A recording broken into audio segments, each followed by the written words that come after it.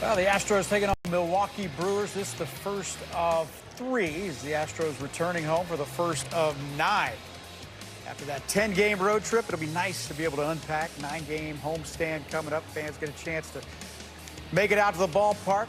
A lot of schools getting out. There'll be some big crowds coming up at the ballpark here over the next few days.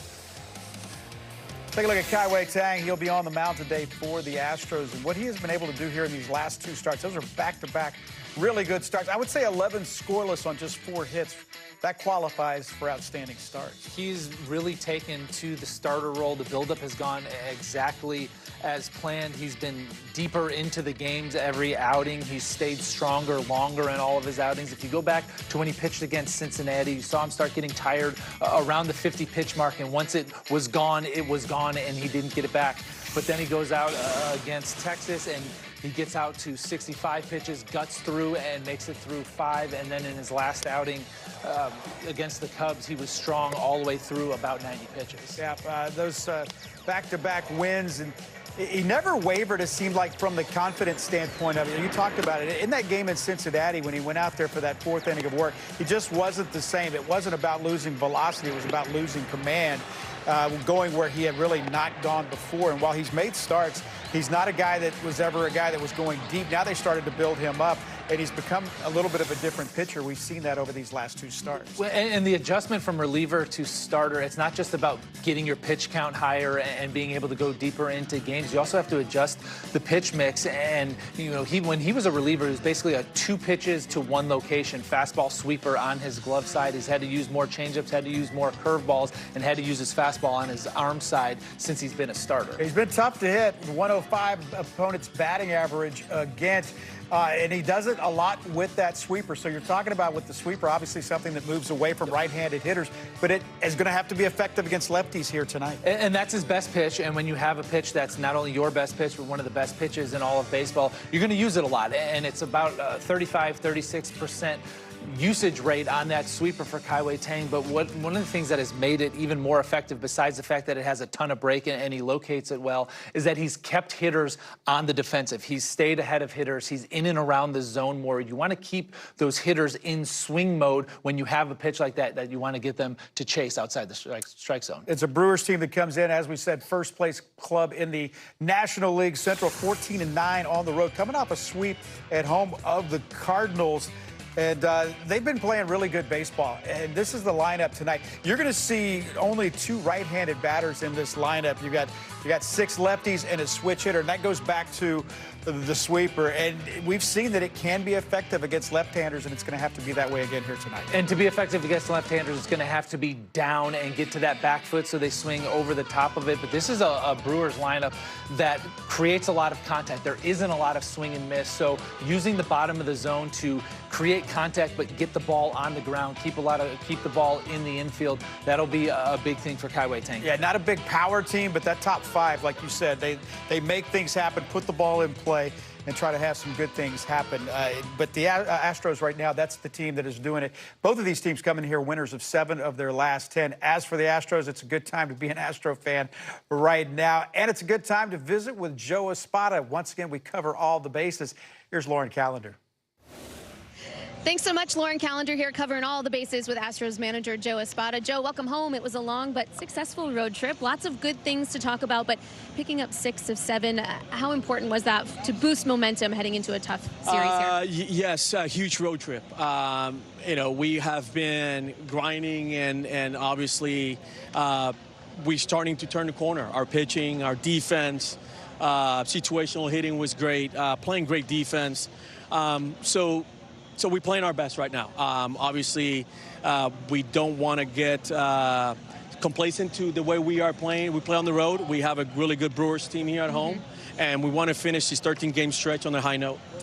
Christian Javier threw a live BP here today, this afternoon. What did you see, and kind of what are the next steps here for him? Yeah, he threw 20-something pitches. The stuff looked good. Hopefully he comes in tomorrow feeling good, and then, you know, we could then decide, you know, next bullpen, maybe another live BP before we send him out for a rehab assignment. But the early signs are like he looks good and he looks healthy, and I'm excited about getting some of these guys back here who couldn't get it. It couldn't be at a better time. Talking about pitching, what has impressed you most about Kai Tang transitioning to the starter role, and especially across his last 2 starts? Yeah, how he's taken the transition. We asked him to be a bullpen guy out of spring training, and he handled it very well. He took it very well. And then when you ask him, hey, can you start game for us? Absolutely, let's go. I'll do anything for the team. And how he's progressive and how he's giving you more pitches and how every outing he's building up and even getting more confident out there. Happy with the way he's throwing the ball. We need him to another good outing today. You open a big homestand tonight against the NL Central leading Brewers. What's kind of the game plan here? What are the focal points you want to see carry over into this tough matchup here this weekend? Yeah, they're a pesky team. Yeah. They do a lot of things, a lot of small things. They do it very well. They like to put pressure on the defense. So for me, number one, we got to take care of the baseball. We got to throw a ton of strikes. We got to handle the baseball. This is a team that hit the ball on the ground a lot. They bunt a lot. They steal a lot of bases. So fundamentals are going to be the key to our success in this series. And we continue to play the way we've been playing. We should not have a problem. We just got to turn the page. Texas, Cubs, Twins, that's over. It's time for a new series. Last question, I want to ask you about Cam Smith, because he's really coming into his own this season. Great at the plate. Obviously, we saw a wonderful catch defensively. So the growth and maturity you've seen from Cam Smith, what can be said about that? Yeah, the defense obviously is how quickly he has pick up the right field. It's not easy to do, right? He learned how to play that position last spring training. All of a sudden, he's a Gold Glover caliber right fielder. And offensively, it's maturity, patient. Learning himself, learning the league, us coaching him, walking him through the adjustment he needs to make every day. But it's his mental toughness that I think is what's separating him from the rest of the younger players in the league. This kid wants it, and our job is just to continue to help him through this process. All right, Joe, thanks so much. Thank you. All right, Lauren, that is our Jack in the Box dugout report. Yeah, Milwaukee Brewers, they've been to the postseason 7 of the last 8 years. We'll get the Astros lineup when we come back. The Astros pregame presented by Toyota.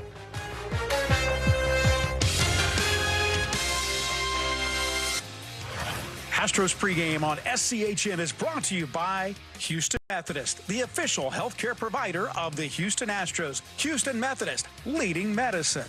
By Reliant, the official energy provider of the Houston Astros. And by Daly & Black. Has your home or business been denied, delayed, or underpaid by your insurance company? Call Daly & Black for your free consultation.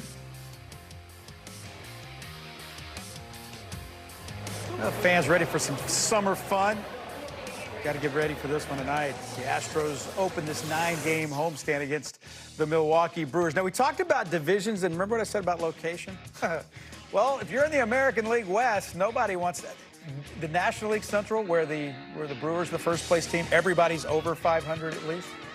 Well, just the opposite when you get to the American League West. Pittsburgh Pirates would have a 2-game lead in this division. They're in last place. National League Central. But that's the silver lining for the Astros. As injured as they have been, as much as they struggled to get it going the first couple weeks of the season, they are right in the middle of this. And it just doesn't look like a division where anybody's really going to run away with it. And as guys start coming back, as the team gets more and more healthy and they continue to play good baseball, it might be a division that a couple weeks of getting really hot might decide it for one team. And that's the thing. Who knows what the future holds. But you would have to think that the Astros' worst days are behind them as far as this season is concerned. When you think about Hunter Brown could be back maybe on the next road trip or the next homestand following this one.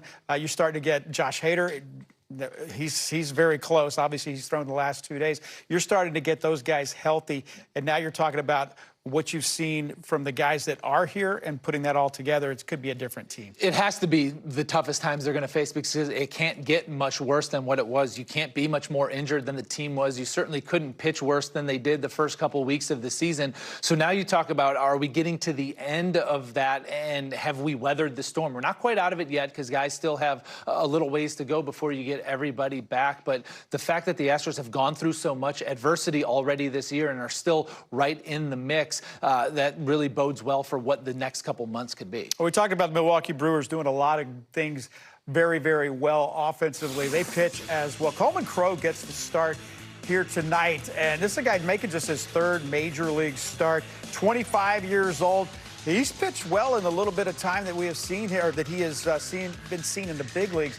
Cutter, curveball, not a guy that's going to blow you away with the fastball, but he's a guy that can spin the baseball. Just a couple of starts at the major league level for Coleman Crow, and he came against Miami and Minnesota. So this version of the Astros offense probably going to be the best offense that he's faced. But it's not big velocity like we'll see later on in this series from the Milwaukee pitchers. But you're right, he can really spin it. Everything goes off of that curveball. It's about 3,000 RPMs, which you'll see it. It'll just kind of catch and drop into the zone. He throws a lot of cutters to lefties. The one pitch that we didn't see on that pitch mix, he doesn't really throw a changeup. So there's nothing that's really fading away from left-handed hitters. It's going to be interesting to see that matchup between him and these left-handed hitters in the Astros lineup, because when everything you throw is going into those lefties, you really have to locate it because you don't want to leave it over the inner third. Yeah, speaking of the lineup, let's look at it, because this is as left-handed a lineup just about you can run out there right now with Taylor Trammell,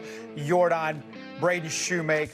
All of these guys are going to be hitting along with Cesar Salazar from the left side. So Cam Smith, nice road trip for him. Hit 310 on that road trip, or 303 on that road trip, I should say. But Taylor Trammell swung the bat really, really well before he got hurt.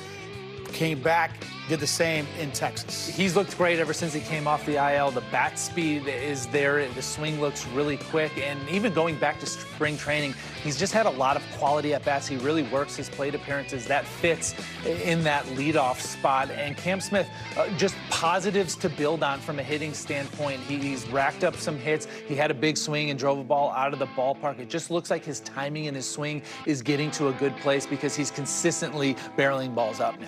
Sixth time in his career that Taylor Trammell will bat in the leadoff spot. Jeremy Pena, a scheduled day off. We knew yesterday that he was probably going to have the day off here today. Pick the Stick is presented by our friends at Gallery Furniture. We pick a player, they come up with a big day at the plate, and we're going to take Jordan Alvarez.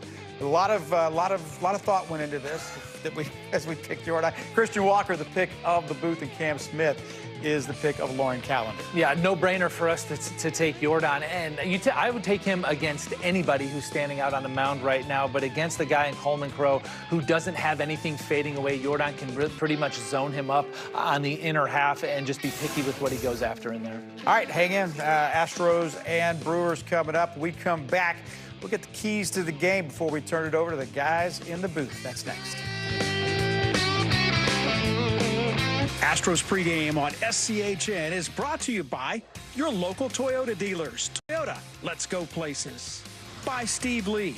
Car or truck accident? Call attorney Steve Lee at 713-CALL-LEE. And by TxDOT. Buckle up day and night in every seat. Click it or ticket. Astros have been on a long ball heater. They've been pitching well, and Hunter Brown will be in Sugar Land tonight. Second rehab start. He threw 35 pitches in his first start at Corpus Christi, maybe 50 pitches tonight. Yeah, you start doing the math on Hunter. 3 innings, 50 pitches, then he goes 4, 65, and after that, you're looking at the guy who's pretty close to being ready. All right, let's get to our keys to the game presented by Toyota. Bogey, what do you got? Well, the Milwaukee Brewers, they're a very good offensive team, but they don't really hit the ball out of the ballpark. So if you can outslug them, if you can score some runs on just a couple of swings, it's a lot of work for them to do to get base runners on and try to score them and play station-to-station baseball. And the defensive consistency of the Astros, the offense has been hot and then cold and then hot again. The pitching started off slow and got it turned around. The defense has been there all throughout the season. If this series is going to be what we think it will be, which is a bunch of close competitive games, defense might be the difference. All right, let's see some fireworks coming up tonight at the ballpark. The Astros taking on the Milwaukee Brewers. First pitch on the way. Todd Callis, Jeff Blum, and Lauren Callender have the call right now. Network's presentation of Houston Astros baseball. Your front row seat to the Astros and Rockets.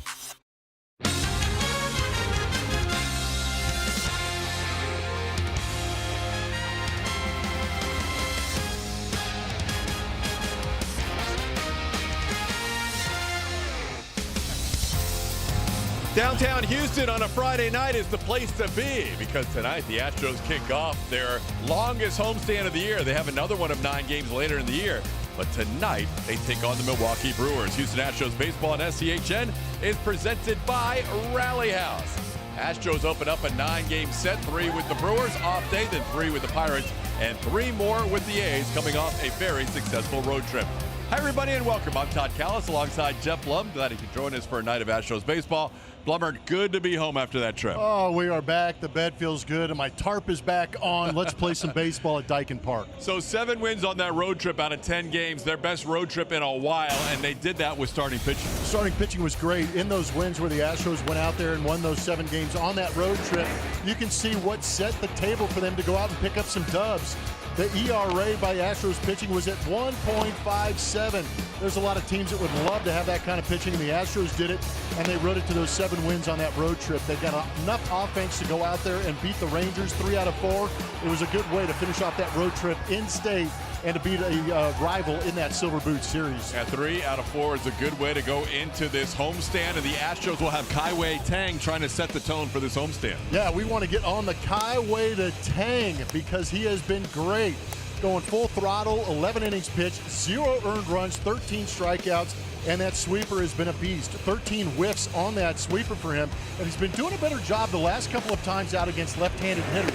They've gotten to him throughout the season, but in those last 2 games, he's held him to a 143 batting average, and oh, by the way, hasn't given up an extra base hit. How about it? Only 4 hits allowed in those 2 starts, and now the Milwaukee Brewers are in town. They're a tough customer. They lead the NL Central, and they're a team that really forces you to play solid baseball. No, you're exactly right. This is a fundamentally sound team. They're not going to be one of the higher payroll teams out there, being that mid-market. But what they do is they go out, they pitch well, they're high on the swing and miss, but they're also very good at driving in runners when they do get those runners on base. They're going to try and wreak havoc on the base paths and test this Astros defense. We've been talking a lot about the Astros pitching. It's been very good lately. When we come back, we'll check in with Lauren Callender. She's filling in for Julia Morales this series, and she'll talk to Josh Miller, the Astros pitching coach, in a live interview.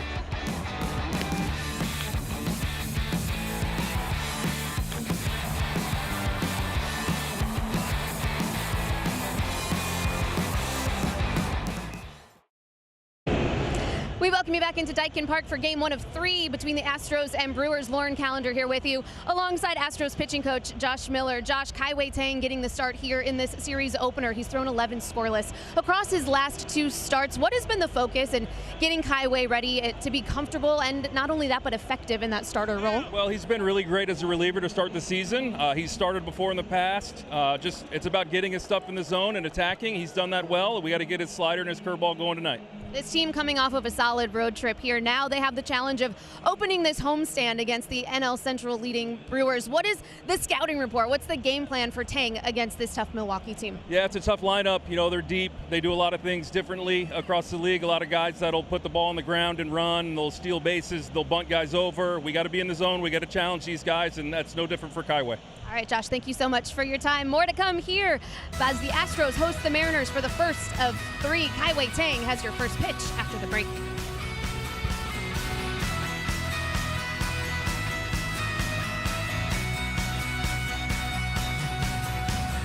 Astros baseball on SCHN is presented by Rooms to Go. Get fashion, style, and quality all at low prices on every item, every day. By Uber Eats. Crust Pizza brings fresh flavor, bold vibes, and family fun to all fans across Texas. Order on Uber Eats.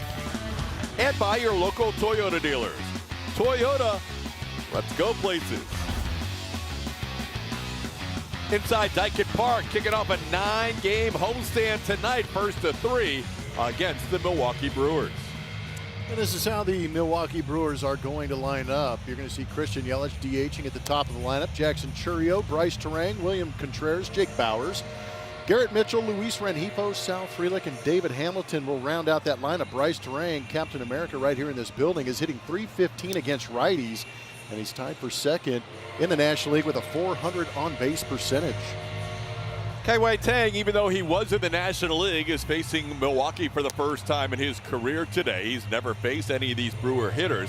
You can see his numbers on the season. He's making his 5th start, 4 in a row in that rotation. He has gone from 63 pitches to 76, and his last outing was a career high 89 pitches. His previous career high was last year with the Giants at 85. StatCast 3D powered by Google Cloud is going to show you the pitch arsenal this season for Kai-Wei Tang. Talked about the effectiveness of that sweeper, and that's why he's throwing it 36.5% of the time. Followed up by that four-seamer, and he will two-seam it every once in a while. And we've seen that curveball work well in some of these starts for him, but that sweeper has a beautiful 105 batting average against.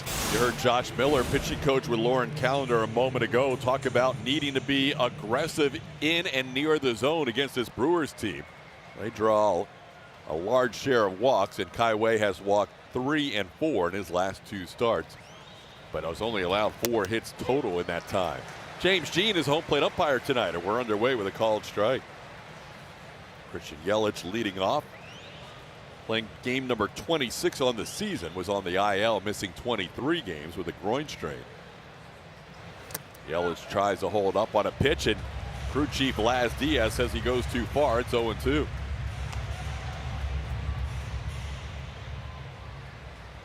Kai-Wei made just 1 start on that 10-game road trip. It was a good one against the Cubs, 6 innings of 2-hit shutout baseball.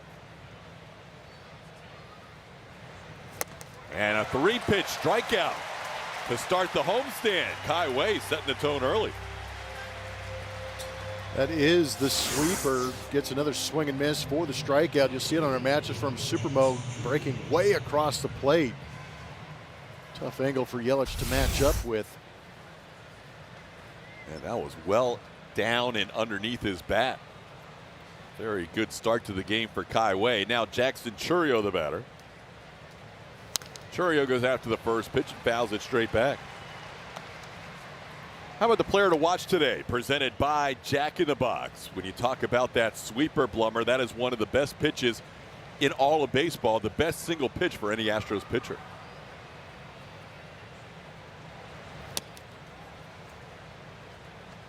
Been effective to left-handed hitters in those last couple of games, but yeah, +9 is really good. We're going to see that Zarowski slider on Sunday. Christopher Sanchez putting up ridiculous numbers with that changeup, is the best pitch in all of baseball. That guy's on a decent run, isn't he? Wow. So with Tang having a run value of 9 with that sweeper, the next best individual pitch for any Astros pitcher is Brian King's fastball with a run value of 5.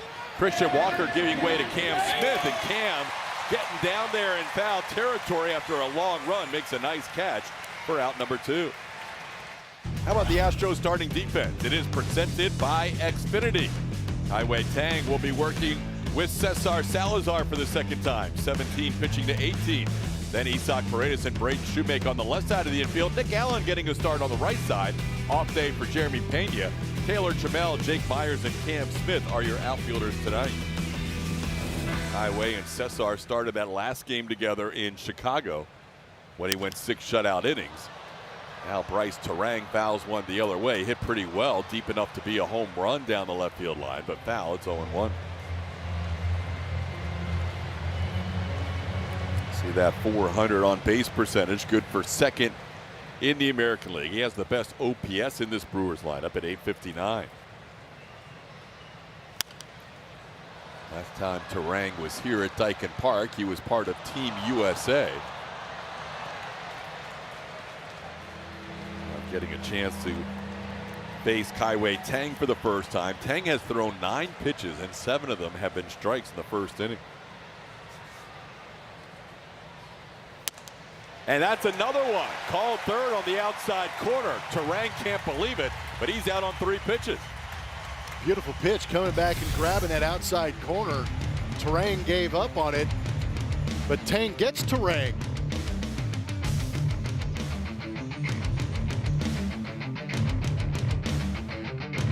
Is presented by Whataburger. Trammell's going to be leading off, and you're going to see the usual suspects 2 through 4 with Paredes, Alvarez, and Walker.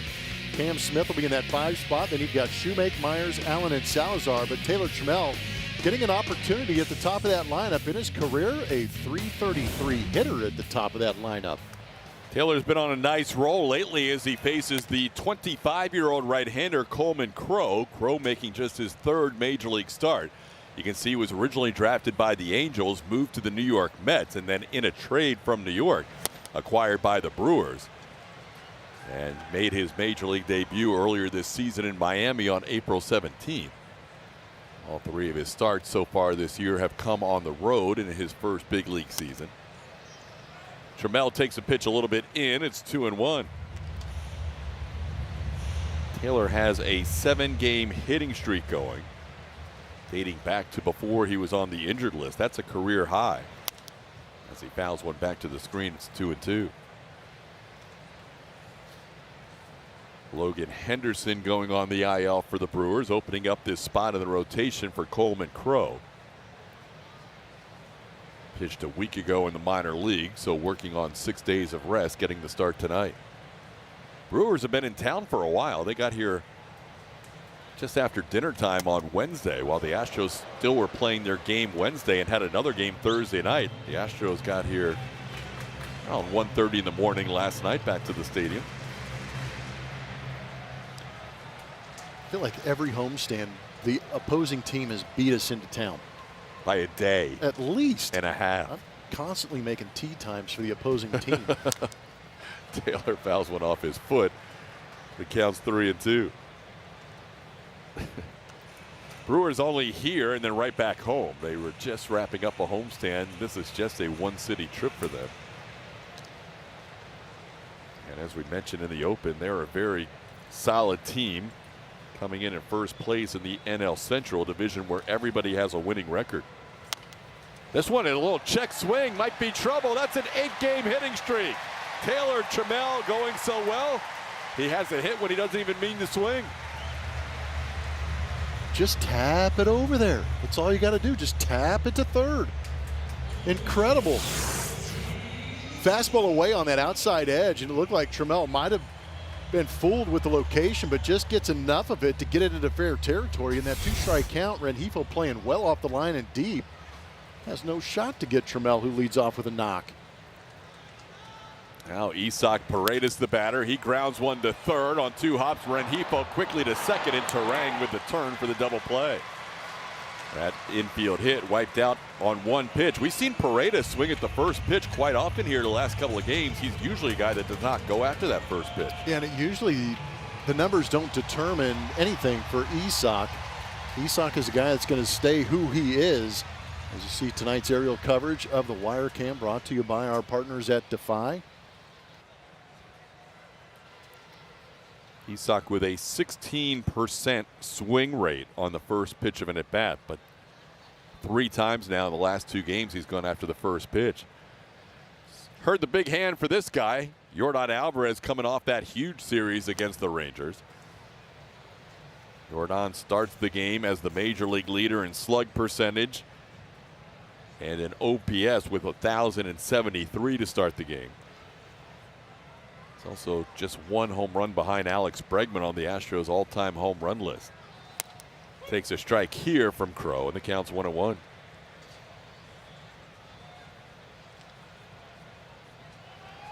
Crowe will throw both fastballs, the sinker and the 4-seam, also cutter and curveball. Gets the call on the outside edge on Yordan, and the big man down in the count 1-2. See that pitch on our UTMD Anderson strike zone, 4-seamer, catching the outside corner.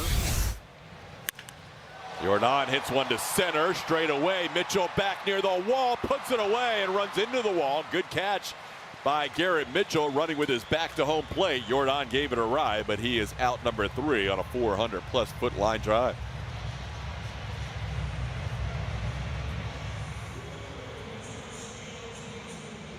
A Houston Methodist. Astros pitching on a pretty good run. Biggest difference in runs allowed and then per game. And you see through April, the Astros at 6.06, but they have worked that since May 1st down to 3.88, the difference of a 2.18 as far as runs allowed per game.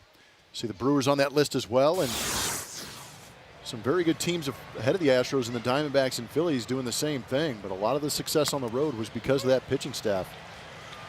Astros having a nice month of May after really struggling in that March-April portion of the schedule. 14-12 in May and 26-32 overall coming into tonight. Astros winning 6 of their last 7 games, and Highway 10 continues to fill up the zone, and when he doesn't, Contreras went after it. It's 0-2. Now this is a little bit of a wave and a miss. Pulled the sinker, but he got the chase. William Contreras starting the game with a .303 batting average, best on the team and 8th in the National League, as well as a team leading 33 runs batted in.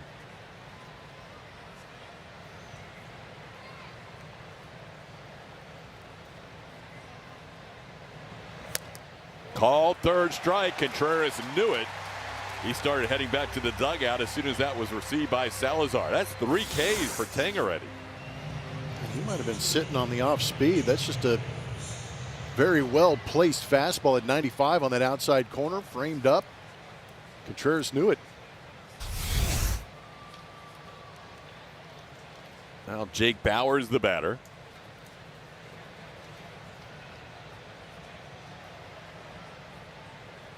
Bauers, one of 6 lefties in the lineup. They also have a switch hitter in Luis Rengifo, so only Jackson Chourio and William Contreras, right-hand hitters tonight in the Brewers lineup.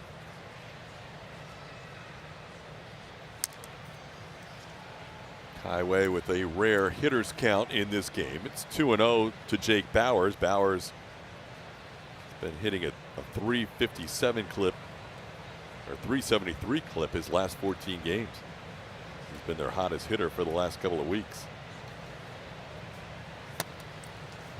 And Kaiway missing on the first 3 pitches.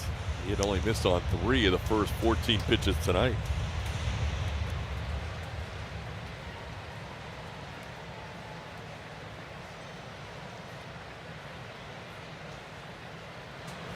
Try to hold up, and that is a rare chase by a Brewers hitter. They are last in the major leagues in chase, and the count's 3-1. Yeah, and a 3-0 count, gets the sweeper and couldn't hold up.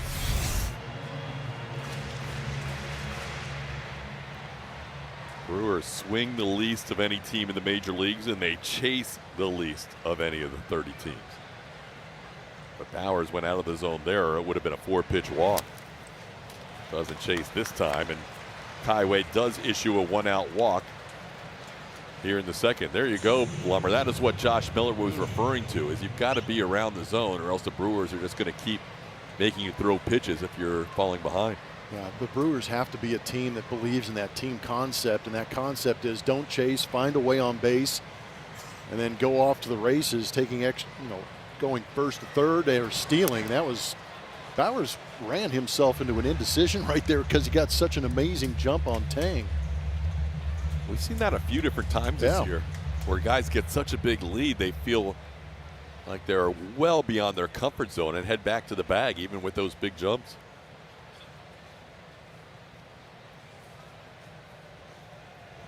A 1 pitch grounded towards the middle, past Nick Allen into right center field. Going first to third will be Bauers. Ground ball base hit for Mitchell, putting runners on the corners here with 1 out. Got a fastball he could handle, and Allen was playing him to pull, tried to knock that ball down but wasn't able to. There's that aggressive base running with Bauers going all the way to third. Now Luis Rengifo.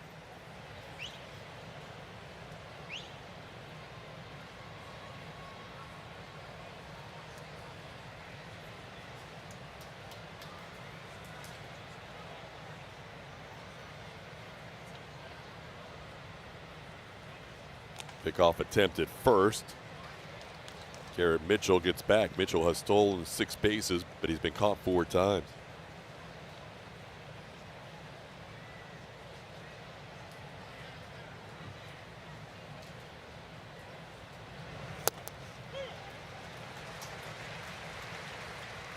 Strike to Rengifo. He'll put the ball on the ground a little bit. Astros would love to turn a double play. They have the corners in and they have the middle of the infield back. Astros saw a lot of Rengifo with the Angels through the years. He's around a bunt with his first and third 1-out situation and lets it go low. It's 1-1. That's that first and third safety squeeze we talked about. We saw Christian Vasquez execute this, bunting it to first. But they've been very good with runners in scoring position. Brewers love playing small ball. They have 15 sacrifices on the year. Now ground ball foul, and it's 1-2 to Rengifo. That's when a sweeper can be effective too. You may not get the swing and miss, but if you do offer it as a left-handed hitter, sometimes you just pull it foul. It counts just like a normal strike.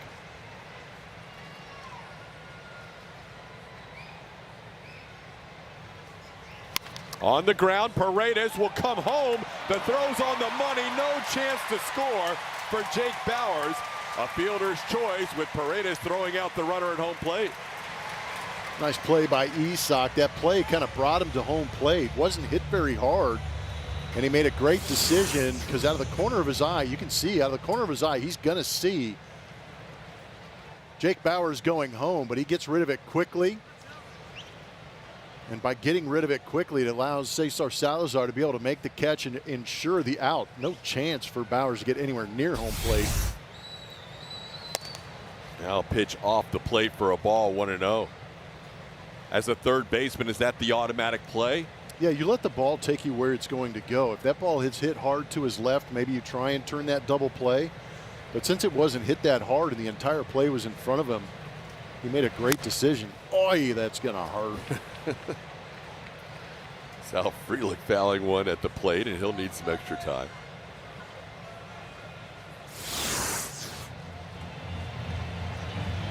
Oh, gosh, right off the shin. Yesterday was National Burger Day. Today's National Shin Burger Day for Sal Frelick. No extra ketchup and mustard on that one. He's ready to go. The count's 1-1.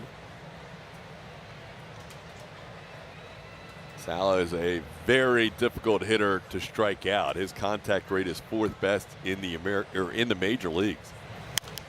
As he makes contact but fouls one away here, it's 1-2. He'll put the ball on the ground as well, just like Rengifo and Garrett Mitchell do quite often. This is a team that will put the ball in the air less than any other team in baseball as well. Brewers force you to make plays defensively. Got in on him as he fouls it away, and it stays 1-2.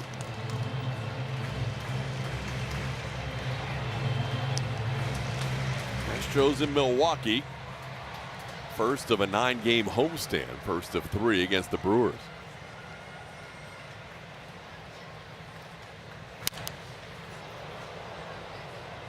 Just made sure to stay alive on that pitch that might have had the outside corner. That was a tough pitch up and away, and it did grab a little bit of that corner. So good emergency hack to stay alive. 4 straight foul balls. This one in the air, center field. Jake Myers patrols center tonight, and he will put it away. Kaiway works around first and third, 1 out, doesn't allow a run. Christian Walker will lead off for the Astros in the bottom half of the second.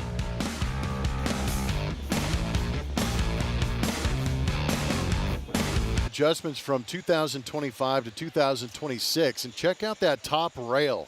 Last season had some issues with that fastball up. Now look at 2026. He's healthy, made a couple of swing adjustments, and he has been mashing the top of the zone. Quite a difference. An incredible difference, and that's why he's sitting there with 15 bombs and 40 RBIs. See his ranks in home runs and in RBIs in the American League. Leads the team with 40 RBIs. Cameron Crowe delivers a strike to Christian Walker. It's 1-1. Walker with 4 home runs and 9 RBIs in his last 5 games. Hits this ball towards short. Nice pick by David Hamilton on a sharply hit ground ball, and Hamilton makes the play for out number 1. Time to take a look at tonight's Chevy Stroh poll. How about that road trip, a 7-3 trip? Which Astro star had the best all-around road trip, combining offense with the defense? You can choose from these 3: A, Jeremy Pena, B, Cam Smith, or C, Christian Walker. Go to @SpaceCityHN. Use the hashtag Stroh poll. Cam had a 303 trip and had that home run saving catch in the game last night. Takes a strike here. Cam has the biggest road home differential of any player in the major leagues, as he is hitting 282 on the road and just 118 at home. Oh, But he might have changed that narrative. Cam Smith up on the train tracks. The 11 train just left Union Station, and the Astros with a 1-0 lead. my goodness. When it feels good, it feels good. Wham, bam. Thank you, Cam. Did not miss any of that cutter. Elevated it to 88 miles an hour and then elevated at 107.5. My goodness, Cam. He's got 2 of the 6 longest home runs in the major leagues this year. That won't qualify, but that was good to see here at home, because almost all of Cam's damage has been done on the road. Just his second home run at Dyken Park this season. Now Braden Shoemake pops up the next pitch and caught by the third baseman Luis Rengifo. This is a great swing by Cam. He leans back on this cutter on matches from Supermo. The recognition and then the barrel, and immediately off the bat, he knew it. One of the more electric bat speeds in all of baseball, and that swing is coming around. Some of the adjustments and the mentality for Cam are starting to pay off. And that was just a pedestrian 419 feet. It hit the top of the Astros community leaderboard sign right next to the train tracks as Jake Myers bats here with 2 outs and a 1-0 Astros lead. And started to see Cam Smith turn things around here in the last week and a half. Cam has now hit in 8 of his last 9 games. Went 2 for 4 last night after having his 6-game hitting streak snapped in Arlington on Wednesday. Jake Myers getting the start tonight. Jake came on defensively in the game last night, but did not start the game. And he pops one into shallow center field, coming on Garrett Mitchell. And the center fielder from Milwaukee makes the catch for the final out of the inning. The Astros are on the board. Big swing from Cam Smith. First at bat back from the roadie. Goes a long way. 1-0 Houston.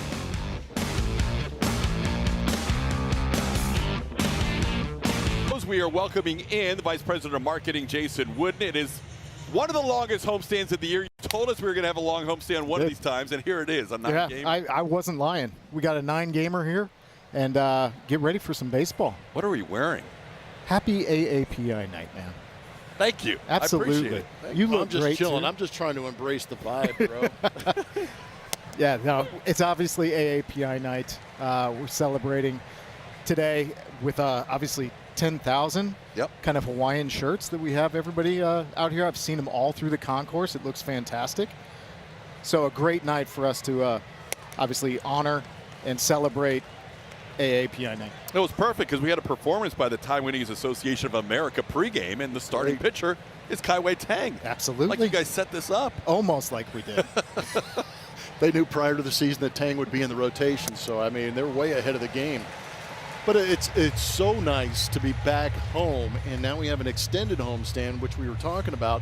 But this is a big weekend. It's nice to come home and have that first series be a weekend series too. Absolutely. This is going to be, I mean, all 3 of these series are going to be some fantastic baseball, but we got a ton of stuff for the fans all throughout this 9-game homestand. Tomorrow, specifically, Star Wars night. It's back.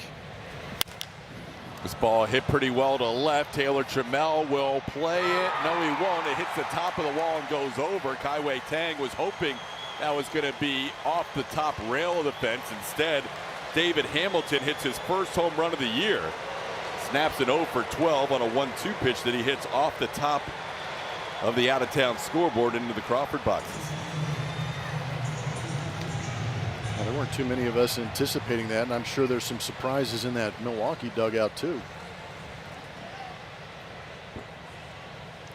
So Saturday's a combination, right? Star Wars night, and 10,000 fans receive a special item.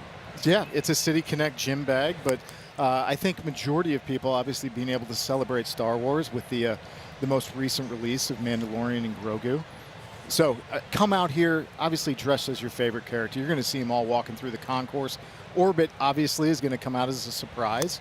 Does it every single year. And it's a fantastic night. And if fans, speaking of the Mandalorian and Grogu, they have an option to go in and buy an add-on. It's actually a Carlos Correa Mandalorian with Grogu. Oh, wow. I defer. Carlos loves that. I defer all Star Wars stuff. Yeah. No, this is the movie that came out this 100%. year. So here's the disguise. Do you want to do the reveal?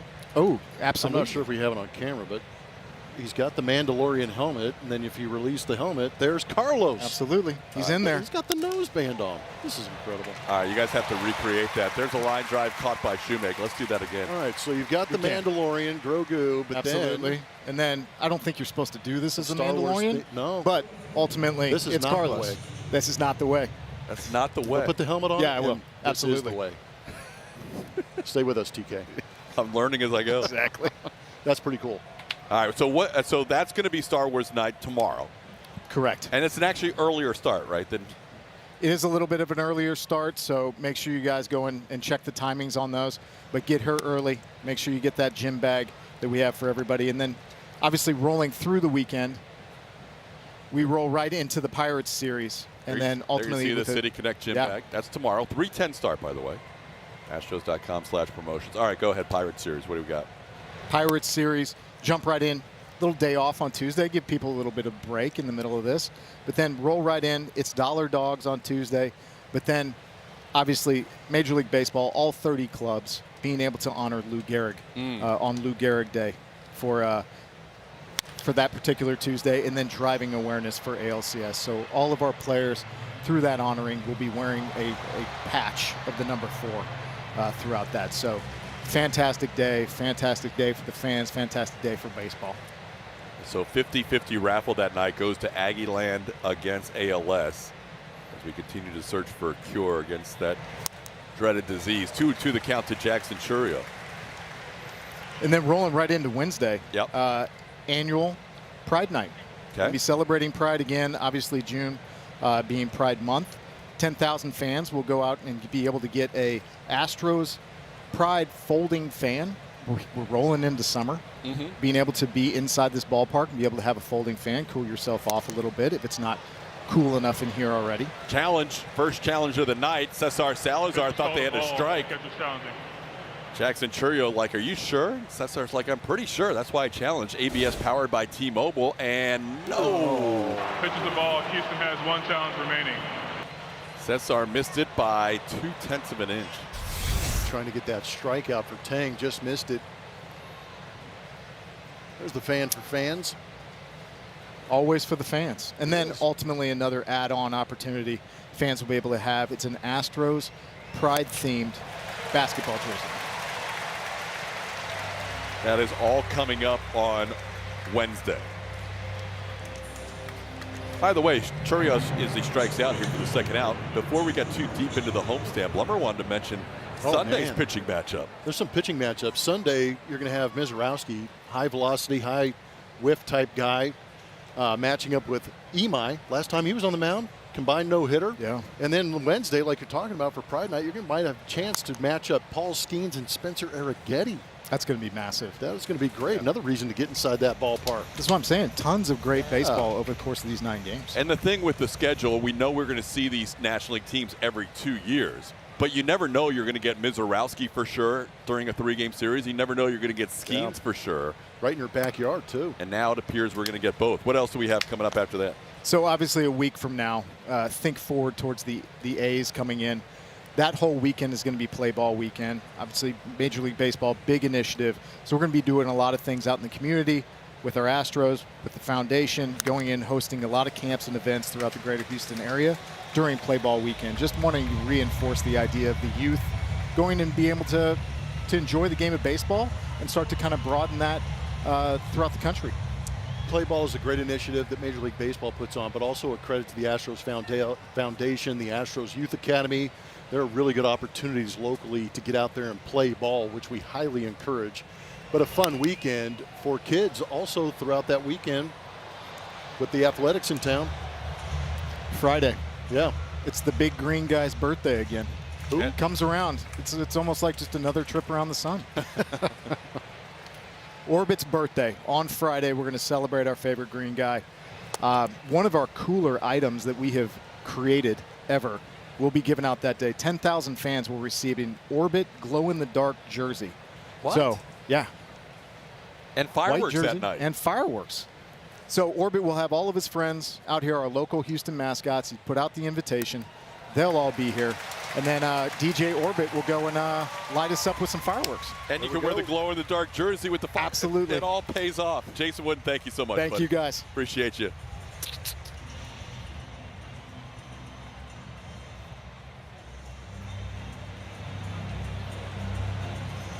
Get Out and Play is driven by Toyota. Let's have a little bit of fun going back in time. 2014, a young George Springer springs onto the scene. And between May 21st and 29th on a road trip, and that continued right here at home, he had 7 home runs with 15 RBIs and had a slug percentage over 1,200 during that time. It was an absolute barrage of the ability of George Springer to take over some games early in his career. Obviously, we know how that turned out in an Astros uniform.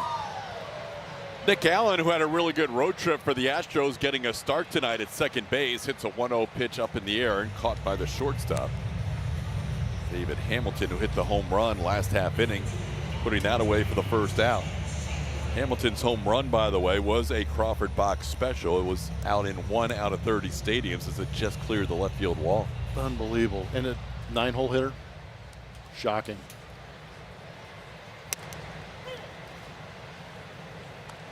Cesar Salazar, 9-hole hitter, trying to get something going here. Cesar making his 7th start of the season. That matches his most in 1 year. 2024 also made 7 starts. He played in 13 games in 23, 12 games in 24, including 7 starts, and 11 games in 25. Tonight's his 8th game and 7th start as he works with Tang for the 2nd straight game. No one fouled into the Astros dugout. It's 1-2. I'd love for him to match what David Hamilton did for 9-hole hitters. And if he does, I'm going to go get me a lottery ticket. Right? Yeah. Because it'll be Cesar's first of his career. Let's go. That'd be a lot of fun to watch and call. Off the plate, 2-2. 25-year-old right-hander Coleman Crowe in his 3rd big league start, giving up the home run to Cam Smith. Other than that, a little check swing base hit by Taylor Trammell, and he has not allowed any other base runners. Speaking of first, that home run by Cam Smith was the first big league home run off Coleman. That's going to be ball 4. So Crowe issues a walk to Salazar with 1 out. Now a word from TxDOT. Hook 'em. Hook 'em. Hook 'em.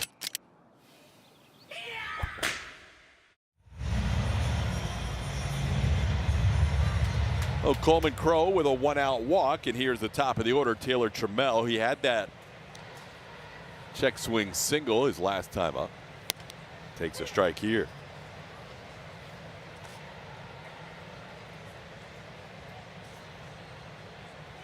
Taylor now 11 for 24 during his 8-game hitting streak. Has that season average up to a very nice 375 mark.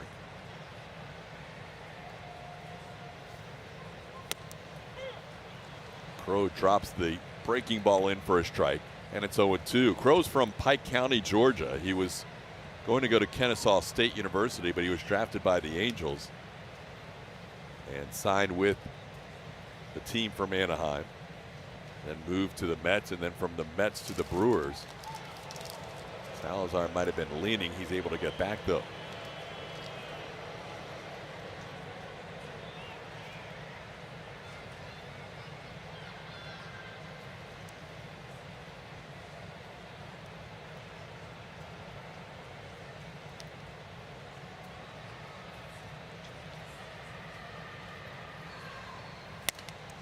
Pitches up, it's 1-2. Mets got Adrian Hauser and Tyrone Taylor back in that deal in the offseason. And the Brewers acquired this 25-year-old right-hander.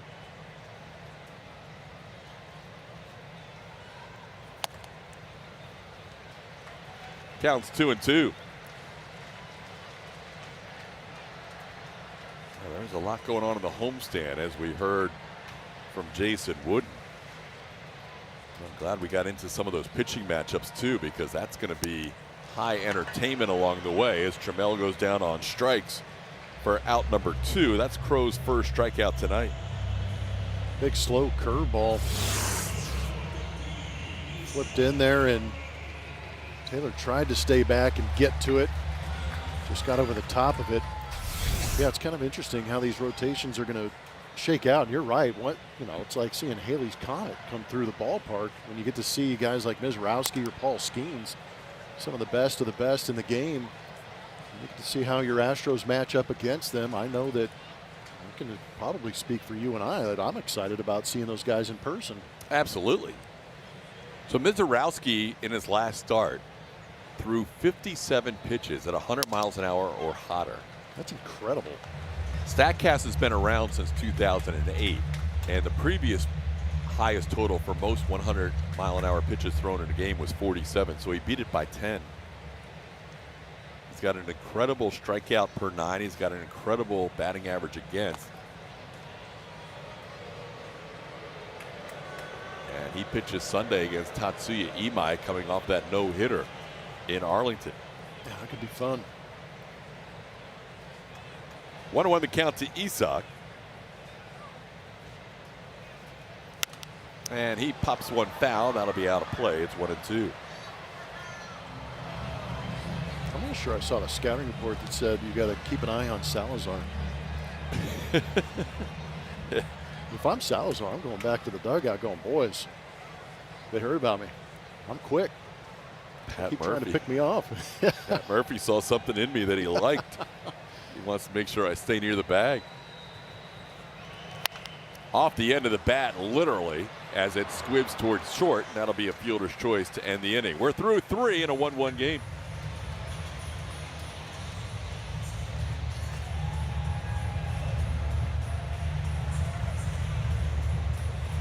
Here at the MLBshop.com, from official jerseys and memorabilia to hats and hoodies, we've got the season covered. Visit MLBshop.com/Astros, the official source for your Houston Astros gear. TK?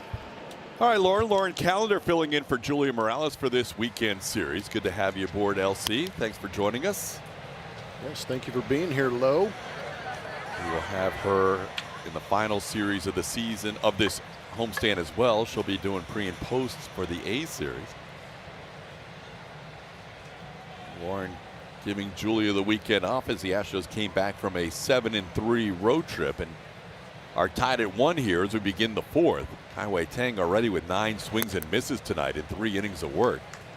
That one just missed the outside corner on William Contreras. It's 1-1. It's a pretty good pitch. Looked pretty good, but Salazar has already had one of the challenges removed as he missed on an earlier call, so a little reluctant to go for a second challenge here in the 4th inning with only 1 remaining. Contreras, part of the gold medal WBC team managed by Astros bench coach Omar Lopez. A couple of Brewers on that Venezuela WBC gold medal team. Contreras, his brother Wilson, and also his teammate Jackson Churio. All part of that incredible run. There he is, El Jefe of Team Venezuela. We got to relive some of that and talking to him in Arlington. That was fun. Swing and a miss. He tried to hold up, but first base umpire Eric Baca said that's too far. That'll be strikeout number 6 for Kaiway. He gets it on the sweeper. Sweeping way off that outside corner. Contreras can't hold up. Sweeper has been so good all year.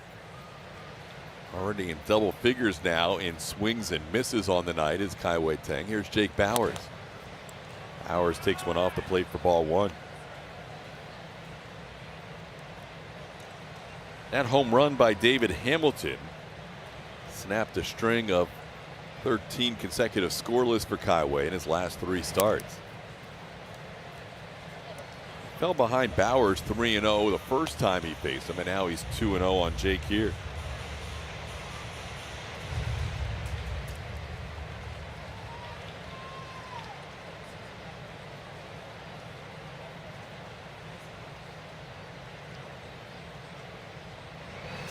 Little tapper, slowly hit. If it stays fair, it's an out. It moves foul, and it's a strike. It's 2-1.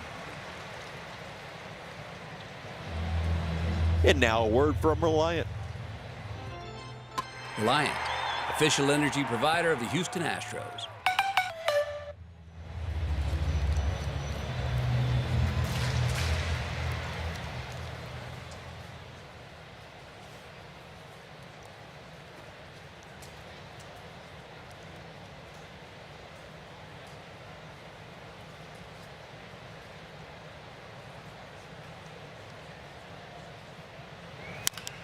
Another tapper. This one's going to go to Nick Allen. The second baseman flips it to Walker for the second out of the inning. Hunter Brown making his second rehab start. Started for Corpus Christi last Sunday, and today, 5 days later, he is pitching for Sugar Land. He goes 3 innings, Blummer.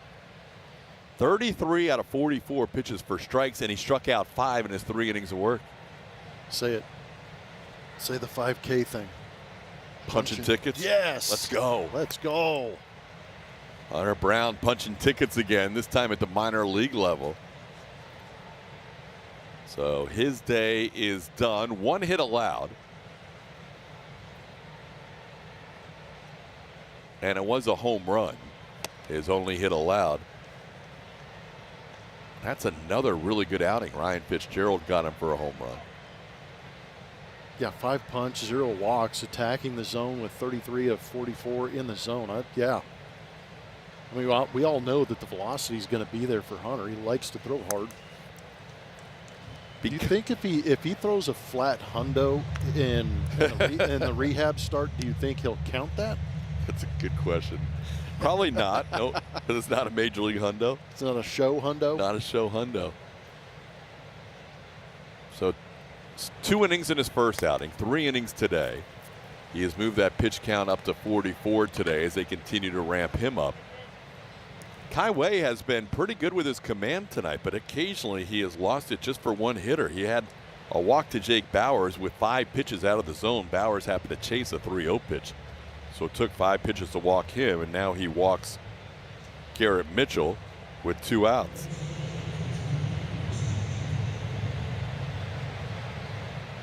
Second walk allowed by Kai-Wei. Kai-Wei had 13 relief appearances and 2 starts prior to his last 2, where he never walked more than 2 in any outing, and he's walked 4 and 3 in his last 2 starts. That's his second walk tonight. That's 5 in a row off the plate as he misses up and away to Rengifo. Rengifo bouncing into a fielder's choice his first time up.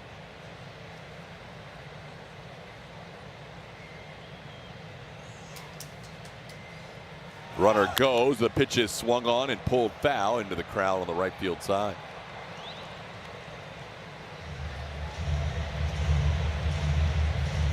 Brewers are second in Major League Baseball with 57 steals. Garrett Mitchell has 6 of those. He's third on the team in that category.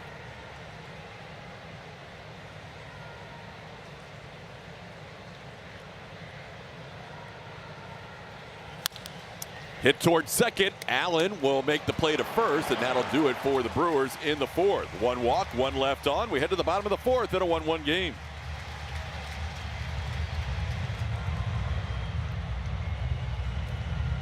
Christian Walker, the first 2 batters here in the bottom of the 4th. They're the focus of our HEB power play. We're looking at their stellar numbers on this past road trip. In Chicago, Seawalk posted a .417 average against the Cubs. with 6 RBI and 3 home runs. He's got 15 on the season. And Jordan, well, we all saw the show. He put on in Arlington, 5 homers across those 4 games, 8 RBI and a 400 average. Jordan now has 20 on the season entering tonight. But guys, all season when the Astros win, there's a high likelihood that these two were contributors at some point. The pair post 2 of MLB's best OPS numbers in wins this season. So it wasn't just a good road trip for these two, TK. They've come through a lot for Houston throughout this season. They really have. Both have played in 57 of the Astros' 58 games. Yesterday was the first game that Walker did not play in at all.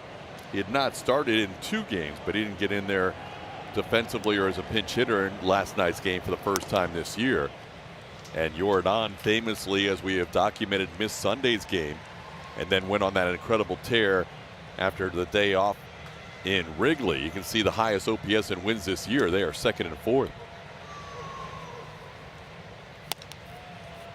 Jordan is going to draw himself his 38th walk of the season as Coleman Crow walks his 2nd batter in as many innings and 2 in the game now. Yeah, I think what's great about those highlights that Lauren was going through is the fact that Jordan was pretty cold in that maybe halfway through the month of May going into that Cubs series, and then Christian Walker just took the bull by the horns and said, hey boys, hop on my back and I'll carry you.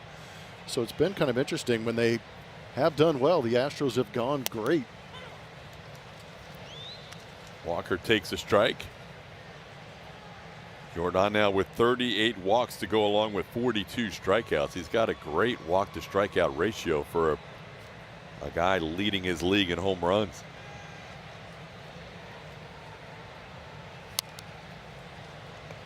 Walker didn't mean to. It's 0-2.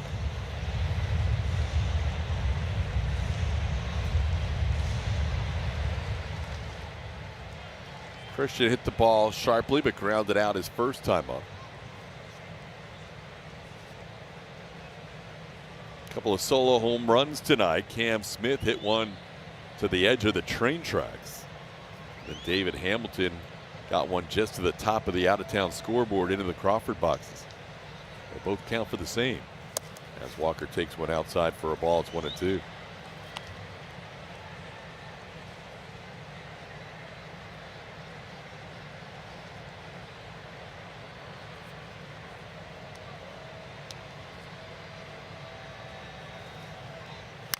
A little tapper towards third on 2 hops. They go to second. The throw's wide and into right field.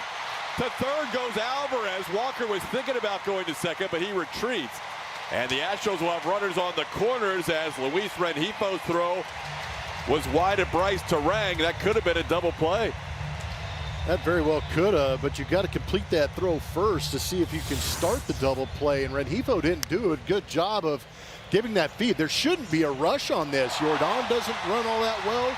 Christian Walker, you have an opportunity, but you've got to make sure that lead out. But without that throw being made, Jordan ends up at third, and the Astros get an extra base runner. There we go, Cam. Cam hits it well to right center field. That's going to be off the wall. In to score, Jordan. Being held at third, Christian Walker. Astros take a 2-1 lead. Both runs driven in by Cam Smith. He's fired up. We're all fired up. Cam making it happen here at Dyken Park. And what I was trying to say is you give the Astros extra outs, you've got to take advantage of them. And immediately it pays off for Cam. He smashed the cutter out of the ballpark. They try to go with the 2-seamer in a similar spot, and Cam lets it travel and crushes it the other way. Some high exit velo from Cam Smith as he accounts for both runs on the board for the Astros. Cam needs to learn how to celebrate his catches like he celebrates his hits. Yeah, that's a great point. Because he just low-keyed that catch of a home run saving over the wall catch in last night's game, but he's 2 for 2 tonight with a home run and a double. Cam came into this game with only 3 extra base hits at home this year in 76 at bats. He's got 2 in 2 at bats tonight. Yeah, if this 23-year-old can get hot and build that confidence, that would be a lot of fun to watch. We saw it like we saw in the highlights earlier with George Springer in 2014. If Cam gets on a similar run, that might be a good comp. Now infield in for Braden Shoemake. Shoemake goes after the curveball and misses. It's 0-1. Good swing by Cam. You're going to see it elevated. It's over the middle part of the plate, but he's not trying to do too much. He's got great power going the other way. Shoemake grounds it with the infield drawn in, and Cam left the bag thinking Christian Walker was going to come home, and he gets thrown out. Good heads-up play by Bryce Terang, throwing behind the runner on a softly hit fielder's choice. Yeah, usually with nobody out, runners at second and third, you're going to communicate that you're not going on contact. You could see Christian had no intention of going unless the ball got past Terang. So with that out at second base, with one out, you have a double play in order with Shoemake at first. Jake Myers trying to drive in the run with first and third, one out. Time now to check out the outfield arms brought to you by Lone Star College. Churio's got a cannon out there in left field, and he's playing shallow here at Dyken Park. You're gonna think about it with Mitchell and Freelick, but you don't have to think about this. Jake Myers delivers a hit to the wall. Shoemake to third. Myers heading to second. Astros lead 3-1. The RBI double by Jake Myers. Good job by Jake. Picking up Cam.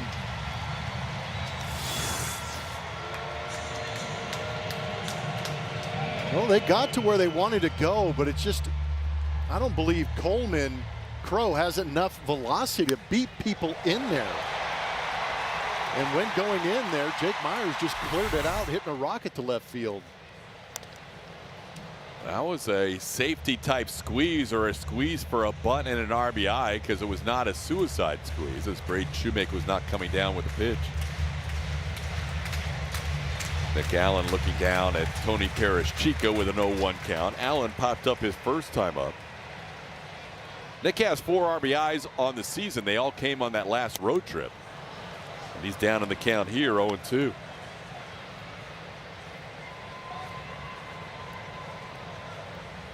Getting a chance to start for the 12th time this year, playing second base tonight.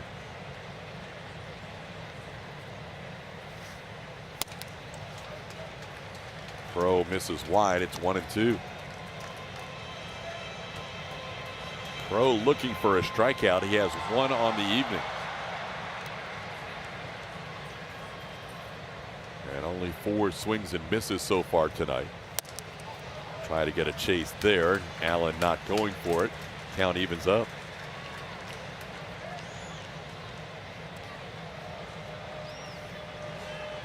Shoemake on third, Myers on second with 1 out in a 3-1 game. Into center. Nick Allen did his job, sending Garrett Mitchell all the way back. Tagging and scoring will be Shoemake. Myers to third. Nick Allen with a sacrifice fly RBI. Good for Nick. Started that at bat interestingly, by fouling off a bunt, but gets an elevated pitch here and drives it to the outfield. He knows that's good for an RBI. Nick Allen, big team player, picking up the ball club with that sac fly. I feel like the Astros this inning are brewersing the Brewers, because this is what the Brewers do to teams. They take advantage of extra outs or errors, and the Astros have done just that. Yeah, they put pressure on defenses, force them to play fundamental baseball, and the Astros have exposed the inability to play that fundamental game. Renjifo's error, a key play in this inning, and the Astros have now scored 3 runs, with Salazar trying to add to that. This was a starting pitcher in Coleman Crow who only needed 39 pitches to get through 3 innings. But now he's at 60 with 2 outs in the 4th. Salazar sends one to center. Pretty well struck by Cesar, but playable. Garrett Mitchell puts it away for the final out of the inning. Astros score 3. They do so with the benefit of a couple of doubles and lead this game 4-1.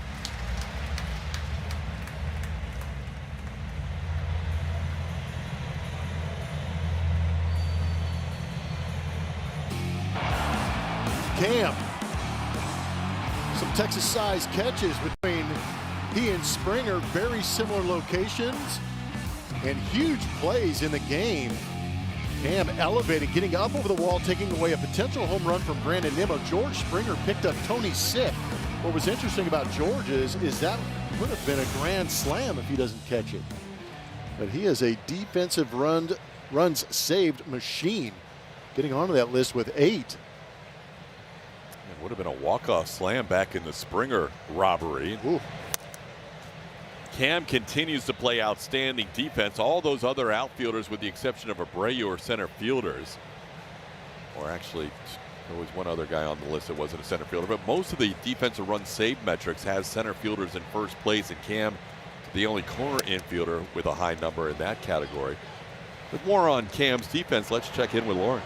Yeah, guys, I caught up with outfield coach Jason Bell before today's game. He told me that him and Cam talk a lot about his goal of winning a Gold Glove. So they focus mainly on what he can continue to build on to achieve that. But JB said it's really difficult because Cam does so many things so well already. So they really focus on those small, minute details. He tells me they work a lot on footwork, going back on balls, and how they use the wall better on the fringe. And I guess after we saw at Arlington, it's all paying off, TK. Yeah, he's had a great year defensively. Frelick doesn't like the last 2 calls, but hasn't challenged. It's 2-2. So Frelick leading off here in the 5th inning. Number 8 hitter in the lineup for the Brewers. Grounds 1 to short. Coming in 2 steps is Braden Shoemake. Frelick made that close, as Shoemake had to fire one over to make sure he got Frelick, who was hustling down the line.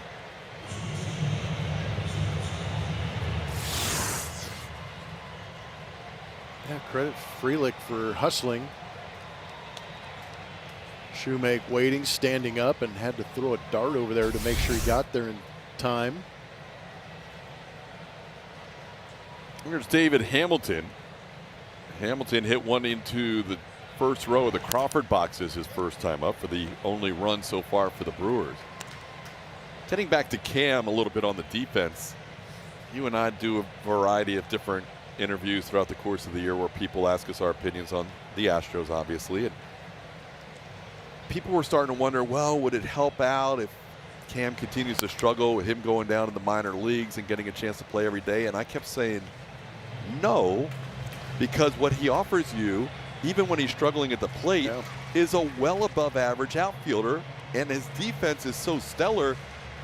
There's players all around the league. The Brewers have one who's actually not playing today, Joey Ortiz, defensive specialist. He plays shortstop. I know it's a different position, but he is such a weapon defensively that even when he's struggling offensively, he brings so much more to the table. Yeah, you take him off the field, you get worse defensively. And it's no offense to anybody else in that dugout who plays right field. It's just that he's that good. The thing that I kept reminding people who were asking that question, I'm like, this dude is 23 years old and he's learning at the highest level. His mistakes are magnified because of where he's doing it. Tang with another really good sweeper. He's getting some chase as he puts Hamilton down. But the 23-year-old aspect of it, it's one thing to struggle offensively, and it's another thing to do it at an elite level at a position you've never played before. So you have to keep that in mind too. He's working equally as hard on defense as he is on offense. Once he gets comfortable enough out there in right field, I think that the game at the plate will come along just as quick because he'll be able to focus on it more. But think about where a lot of these people were at 23 years old. They're in AA, AAA, trying to figure out how to battle out of these issues, not facing the best of the best every night. Yeah, when you go back to his season last year, he got off to a much better start than he has this year, and then he went through the struggle in the second half as he learned the league for the first time. Now his struggles have come early in the year. But you look at what he's done in the last road trip, and plus his first 2 at-bats tonight, he might be getting to that point where he was early in his career, because he has been on a nice heater lately. Well, you know what else? It's one thing to learn the game here at the major leagues. It's another thing to learn how to play a 162-game season. That's not easy on you physically, mentally, emotionally, and you've got to learn how to do that. So he probably did a better job this offseason to be prepared for this season. So you just hope that the valleys start to get shallower and shallower. Pitch was caught a ball, the catcher's challenge. Cesar lost a challenge earlier. He thought that one was at the knees and not low. Astros challenge, and they are out of challenges. Pitches the ball. Houston is out of challenges. Both lost by Salazar. That one was well off the plate, 1.4 inches off. So the Astros lose their second challenge here in the top of the 5th inning. Now it's 3-1 to Christian Yelich. That one just missed wide, and now it's ball 4. So Yelich draws a walk, third walk issued by Tang, and he's a 2-out base runner.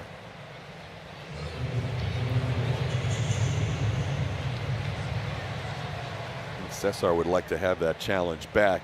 2 outs, nobody on. Not the most critical situation to lose your second challenge. Here's Jackson Chourio. That one's wide. It's 1-0. So since the home run, the Brewers don't have a hit. There have been a couple of walks in the mix. Chourio struck out on a sweeper his last time up. He's also flied out to right. Goes after the sweeper here and misses. It's 1-1. Good break on that sweeper. Good location too in that 1-0 count. But it's been interesting. Tang's fastball's almost been effectively wild to the glove side. He's pulled a lot of fastballs across the plate. Some have caught the zone, some haven't. This ball hit well left center field, and we have ourselves a tie game. Chourio puts one up by the home run pump. Excuse me, not a tie game. It's a 1-run game. Chourio puts one up by the home run pump to make it a 4-3 Astros lead. That was well struck on a 1-1 pitch. Chourio hitting his second home run of the year in his 21st game. That 2-out walk will come around to score on the Chourio's home run. He's a dynamic talent. This sweeper didn't get to its spot. And Jackson got to it. Hit it up by that home run pump. 431-foot shot. And that was a no-doubter. Into the concourse area there beyond the home run pump. Chourio had a left hand fracture that he suffered during the WBC and aggravated it at the end of spring training that kept him out. Didn't make his season debut till May the 4th. Now hitting his second home run of the season. Josh Miller out with Andy the translator talking to Kai-Wei Tang here in a 1-run game. Now a word from Jack in the Box. Get my new Smash Jack Sliders Munchie Meal for a chance to win $75,000. Welcome to Jack in the Box. That was the first home run given up this season on the sweeper for Tang. Is that right? Yeah, only the second extra base hit. Sounds right, because he had a 140 slugging percentage coming into the game against the sweeper. Yeah, and the batting average against was at 105 like we talked about, so pretty unique to see that happen against him. Now Bryce Terang chops the foul. 2-out walk to Christian Yelich, followed by a 2-out home run by Jackson Chourio, has turned a 4-1 Astros lead into a 4-3 lead. Terang tonight has struck out looking and struck out swinging. Pretty sky beyond left field as the sun sets on Houston on this Friday night. That'd be one of my favorite camera shots in this ballpark.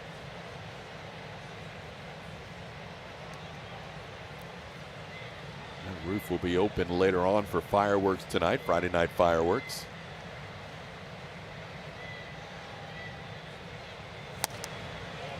Pitch missing in, it's 1-1.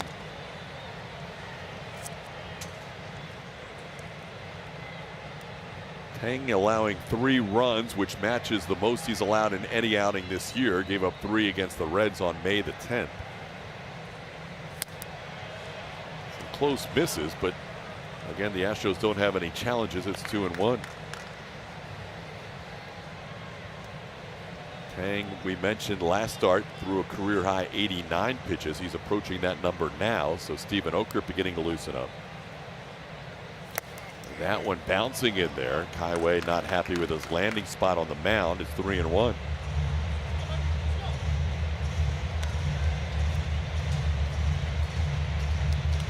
kind of out of nowhere this inning. 2 outs, nobody on, a walk, a home run, and now a 3-1 count to Bryce Terang, who is against righties got an OPS over 1,000 on the year.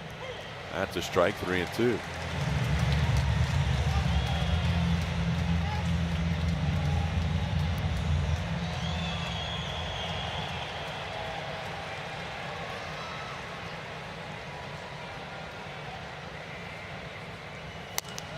Just missed the outside corner. Tang wishes they hadn't challenged earlier pitches, as that could have been the final out of the 5th. As it turns out, that would have been off the plate had they had a challenge remaining. That'll be another walk. Kai Wei now with 4 walks tonight. That's now 11 walks combined in his last 3 starts. This is a Brewers team that walks and doesn't chase a lot. We told you that would be the challenge for the Astros tonight. Yeah, they're not going to chase. They're going to force you to pitch on the zone. Be aggressive on the base paths. Brewers have the lowest chase rate, as we mentioned, in baseball. The Astros pitchers also have the lowest chase rate as a pitching staff to the opposition in all of baseball. This one grounded towards third. Paredes gloves it on 2 hops, throws to second for the fielder's choice, and that'll do it for the Brewers. They do get 2 back with the home run by Churio. It's a 4-3 Astros lead.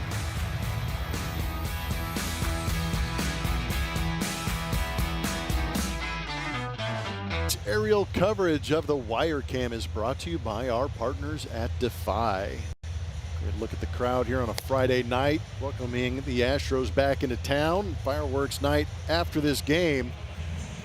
Astros leading 4-3, and they have a new pitcher coming into this game. It's going to be D.L. Hall. 24 2/3 innings pitched in 21 games. Has a 2.55 ERA. He's been great on the road with that 114 batting average against. He has 2 appearances against the Astros, and last time he faced him was in 2023 as a Baltimore Oriole. He's got the top of the order due up, and DL delivers a strike to Taylor Trammell. Trammell had an infield hit in 2 at-bats against the starter Coleman Crowe. Crowe in his 3rd major league start goes 4 innings tonight, 4 runs, 2 of them earned on 4 hits and a couple of walks. And now Hall begins the first of a number of arms for Pat Murphy out of the Brewers bullpen in the 5th. It'll be Trammell, Isaac Paredes, and Yordan Alvarez. The pitch just missed a little bit up. It's 1-2. Astros scoring 3 runs in the 4th inning. Brewers answering with 2 in the top half of the 5th.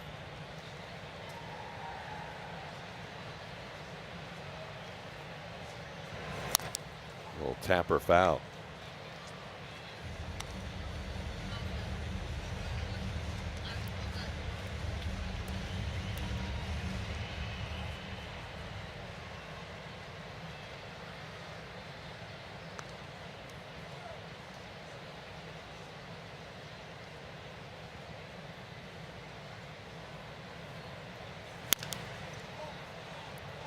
Jamel staying alive with a count of 1-2. Going to be a lot of spin from D.L. Hall. These sinkers and sweepers mostly. A couple of sliders slip in there for Hall against left-handed hitters. Right down the middle for a called 3rd strike. 97-mile-an-hour fastball freezing Trammell, and there's 1 away in the 5th. Lauren. Yeah, Isaac Paredes batting second here in the bottom of the 5th, guys. He's the focus of our Jack in the Box dugout report. And you guys have touched on it earlier, but one thing that stands out about Isaac offensively has been the patience he typically carries with him in the majority of his at-bats. He has a discerning eye at the plate. That patience is really quantifiable by the number of pitches he sees every at-bat. Entering tonight, Isaac is averaging an MLB high 4.46 pitches per plate appearance. Joe Espada told me today that that's just who he is. It's a category that he has always really ranked in the top of the league. And Joe also told me it's something that's really hard to teach, but Isaac just has it. And seeing a lot of pitches and working pitchers is so important for many reasons, right, Blum? Yeah, it is. It's good for Isaac to be able to have that ability to not panic in certain counts. He doesn't mind hitting in those 2-strike counts. Good awareness. I think the most interesting thing about this season, knowing who Isaac is that he doesn't challenge much. Yeah. You know, you figured he'd be challenging pitches all over the place, but I think he's been pretty comfortable with the zone. But I also think he's very comfortable in the box and doesn't really concern himself with the challenges. 5 for 5. Somehow fouling that pitch off. Yeah, how do you hit that? Gonna have somebody that knows how to hit. That was well off the plate. But again, that's a 2-strike pitch that a lot of guys strike out on. Yeah, 97 in, but somehow he's able to keep it. He gets out in front of that. It's incredible. That almost would have hit him on the back thigh if he didn't swing. Yeah.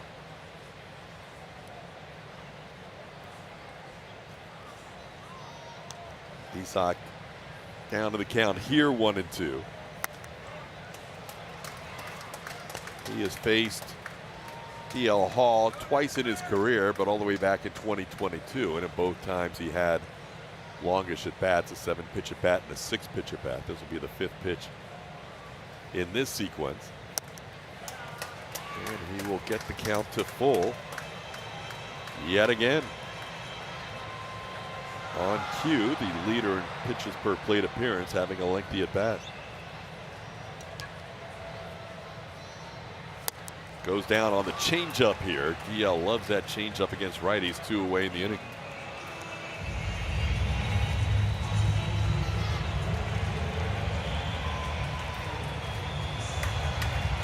Now DL Hall facing Yordan Alvarez.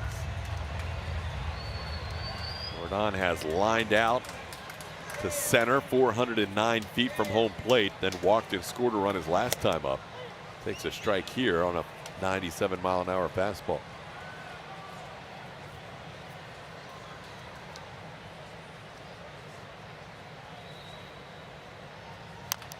Got in on him, and Yordan taps a foul.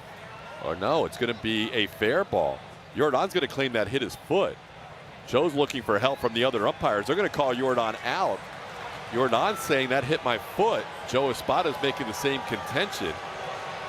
And he wants James Jean to get help from the other umpires who might have seen it clearly. Doesn't hit his foot.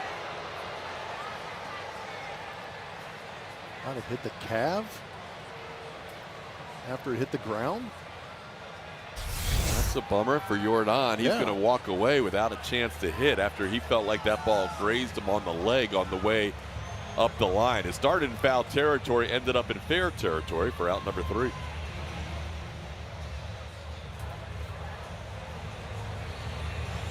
Astros baseball on SCHN is presented by Academy Sports and Outdoors. Fun can't lose.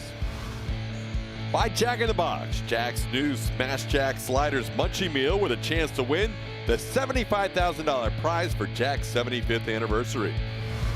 And by Gallery Furniture. Buy your furniture today. Gallery Furniture delivers free tonight. Stephen Offen-Okert is into the game. Leads the Astros bullpen in appearances, has 27 of them on the season, ranks 8th in the American League. 26 of those out of that bullpen, 1 start, 3.75 is that ERA, 21 strikeouts in 24 innings for Stephen. Stephen throwing that first baseball away after the ball, and now delivers another one off the plate. It's 2-0. Okert facing a couple of lefties here to start the inning. Jake Bowers and Garrett Mitchell, and then Luis Rengifo will turn around and bat from his weaker side, right-handed, if he stays in the game. Pitches a strike, and the count's 2-1. Bowers has walked and grounded out. 5 innings for Kai-Wei Tang, threw a career-high 91 pitches tonight. Allowed 3 hits, 3 runs earned. The walks have ballooned up on Kai-Wei the last few starts. 4 more walks tonight. He did pick up 7 strikeouts. 7 strikeouts matching his season high, and just one off his career high that he set with the Giants. Now Okert with a 3-1 count to Bowers, who has already walked once tonight.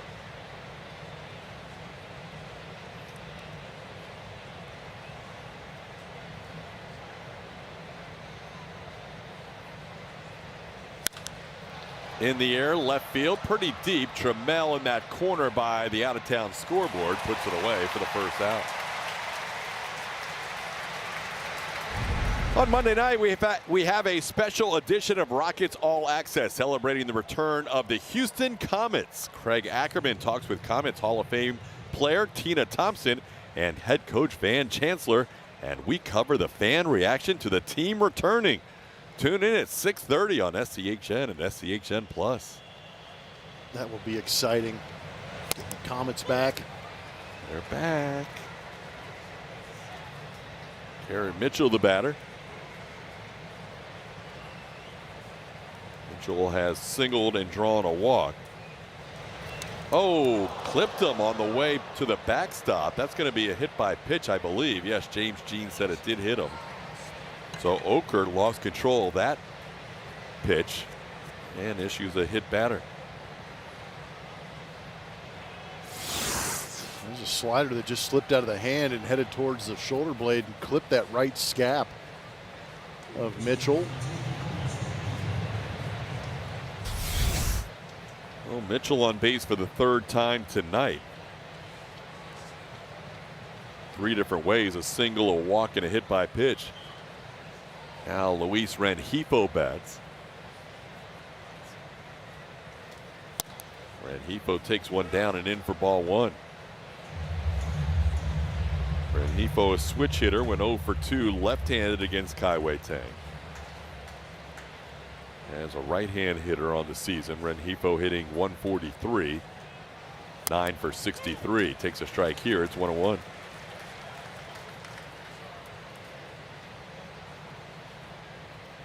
Veteran infielder signing a free agent deal with the Brewers right before spring training this year on February the 16th.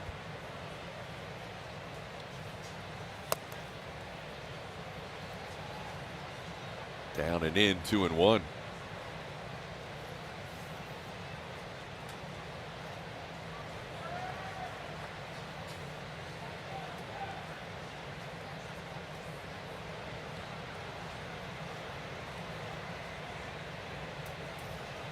Runner goes, a pitch is fouled off the front of the Brewers dugout, and the count evens up. Mentioned the Astros saw Rengifo a bunch with the Angels. He was an Angel from 2019 through last season. 673 games with that franchise.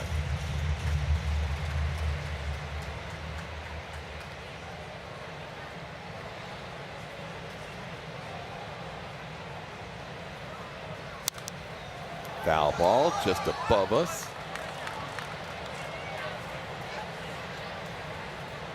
Count stays 2-2. Astros 3 runs.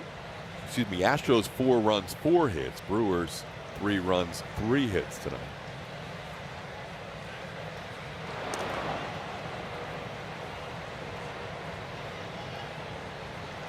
First of a 9-game homestand for the Astros. They'll have one more 9-gamer later in the year.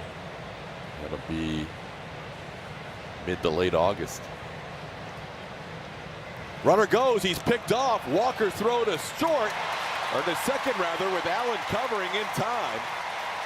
Mitchell feels like he got in there. He's telling Pat Murphy he may want to check with the video crew to see if we want to challenge.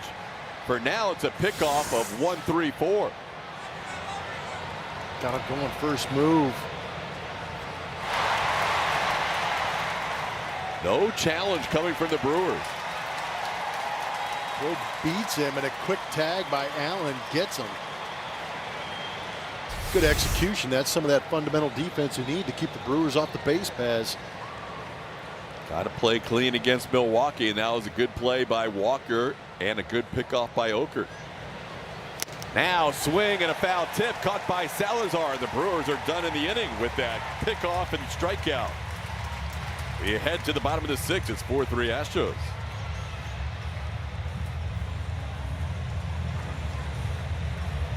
Daily in black, as you see players with 15+ home runs and 40+ RBIs. Christian Walker on there with 15 and 40. Yordan Alvarez doesn't make it. He's got 39 RBIs, but Olsen, Murakami, and Jordan Walker for the St. Louis Cardinals are those hitters with 15+ RBI, 15+ home runs and 40+ RBIs. Some good numbers. I don't know if you saw the story on Murakami tonight. He had to leave the game with a hamstring issue. Oh, no. Against the Tigers in Chicago in the 3rd inning. So undergoing further evaluation, but he's been amazing. He has been incredible. I mean, he is the epitome of an uppercut and just back-legging everything. Yeah, he's the true outcome leader now. Yeah. He's got. Didn't he have more? I mean, he's got way more home runs than like singles and base hits. Easy. Well, yeah, absolutely.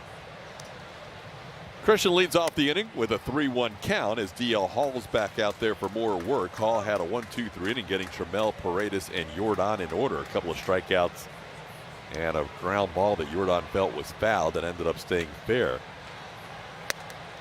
Christian goes after that 3-1 pitch, and it's 3-2.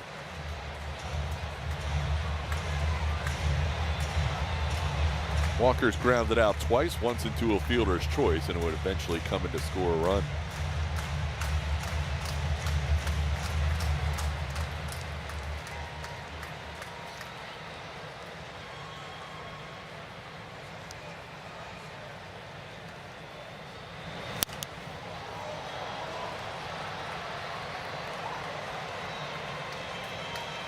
Christian facing the lefty DL Hall. His numbers this year have actually favored him righty on righty. He has hit .271 against righties this year with 12 of his 15 home runs. And goes down on strikes here against this lefty for the first out of the inning. That's now 3 strikeouts for DL. Lauren. Well, guys, no Jeremy Pena in the lineup tonight, but he and Cam Smith have put up some great numbers. They're the focus of our What's on Tap presented by Lawnmower Blonde. Collectively, this duo has accounted for 4 homers, 9 RBI, and 11 runs across the last 6 plus tonight, including Cam's numbers here tonight. Pena found success at the back end of the road trip. Cam seeing results, and obviously that carried into this game. And I asked Joe about Cam's success, and he told me he's so patient, so mature. He's learning the league and making adjustments every day. But he told me what stands out the most is his mental toughness. He says it's one of the biggest reasons he's separated himself from younger players in the league. Thanks, LC. That was a challenge by the Brewers. Missed their first challenge, so now they have 1 remaining. The Astros have been out of challenges since the top half of the 5th. Cam with a 1-0 count checks his swing, and it's 2-0. Cam, a home run and a double. Had 3 extra base hits at Dyken Park this season coming into tonight, and he's added 2 more in 2 at-bats tonight. Now he's got a nice hitter's count at 2-0. Taps a foul towards the Brewers dugout. It's 2-1. Coming off a road trip where he hit over 300. Astros were hoping that success would translate back here at home, and so far it has in the first 2 ABs.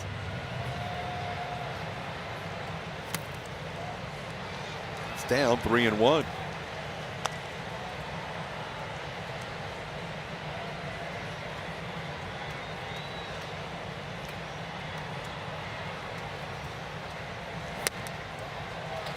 That'll be ball 4. Cam Smith on base for a 3rd consecutive time. Home run, double, and now a 1-out walk.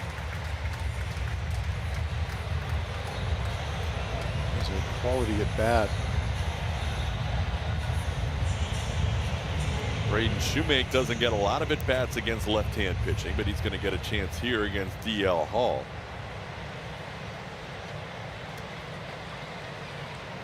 Braden on the season just 1 for 9.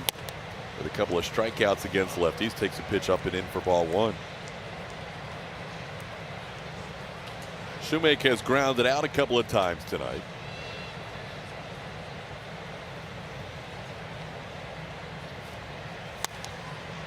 Just missed the outside corner. That's another challenge by Contreras. Called a ball to catch a challenge. William lost one earlier in the inning, going for another shot here on a pitch on the outside edge, and he's going to win this one. Pitches a strike. Milwaukee has 1 challenge in the inning.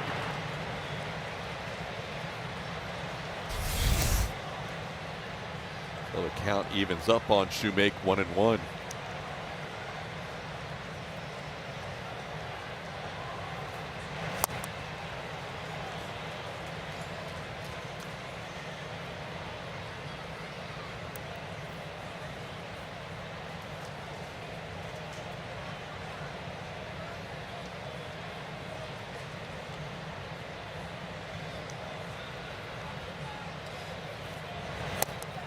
2-2 the count.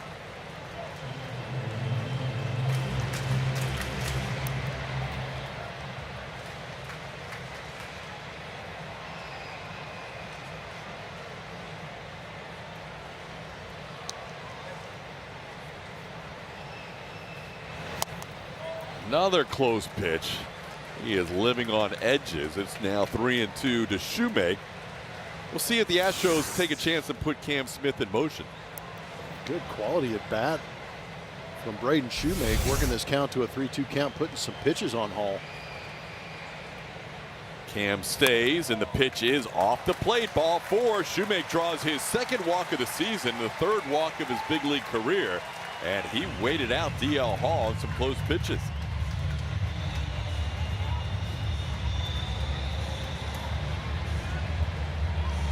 Now the right-hand hitting Jake Myers due up. And we'll get a visit at the mound.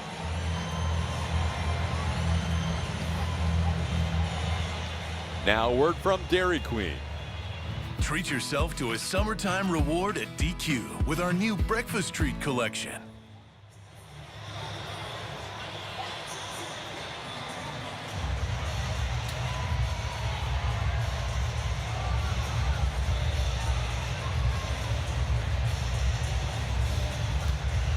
Chris Hook, the pitching coach, patting his lefty DL Hall on the shoulder as he leaves the mound. 2 on now with back-to-back walks.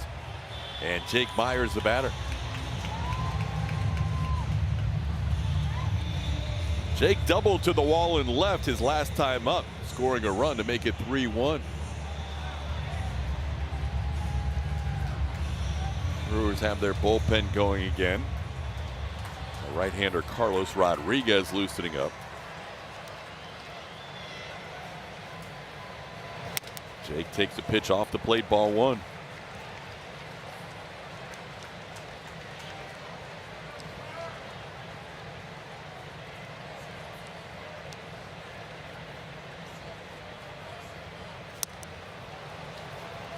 Changeup got Myers in front. It's a 1-ball, 1-strike count.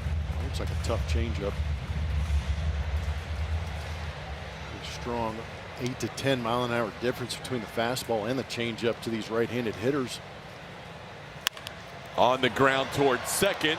Terang goes to short for 1, and they turn the double play on Myers to end the inning. Couple of walks don't hurt the Brewers in the 6th. We head to the 7th in a 4-3 game.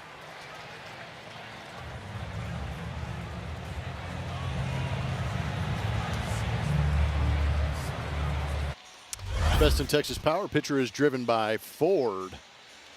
And pitcher of the month contenders as we wind down the month of May. We've been talking about how strong Spencer Arrighetti's been with his 4-1 record, a 0.93 ERA. Joe Ryan's been great with a sub-200 opponent average and his whip at .77. Shane McClanahan getting after it again. And Davis Martin of the Chicago White Sox undefeated this month. So some strong competition, some good numbers. I know who I'm voting for. Let's get that out of the way now. Kind of impressive when we caught up with Spencer right before he got on the bus last night after the game, because he did not feel well that entire road trip and pitched 2 great games. Didn't say a word to anybody, just went out there and said, I'm going to fight through this, give my boys a chance, and that's exactly what he did. So very impressive that he's able to pitch, shut down baseball. Granted, didn't get deep into the games, but that, fatigue from sickness will do that to you. But pitched extremely well. Yeah, 11 innings, 1 run, those 2 starts on the road. You'll take that when you're feeling a hundo. Yeah. This one popped in the air. Nick Allen drifting back. Look out. It's going to be Nick who calls off Cam Smith. You always get worried with Cam and ahead of steam because he's a lot bigger than Allen. But Nick made sure everyone knew he had that play for the first out. Now Cam Smith is a tight end coming after this baseball. But Nick Allen showing some range there at second base, just continuing to go out there and make the play.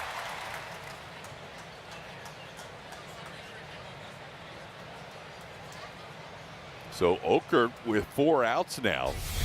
Facing the left-hand hitting David Hamilton. He shows bunt and takes it off the plate for a ball.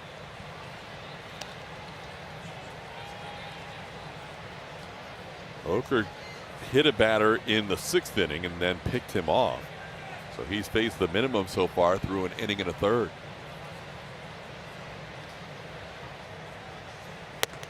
That one's up. It's 2-0.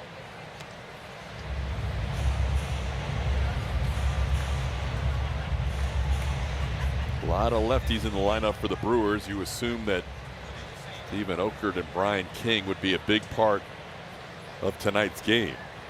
Right now it's Brian Abreu warming up. That pocket of 2 out of 3 right-hand hitters is the 2 through 4 spots in their lineup.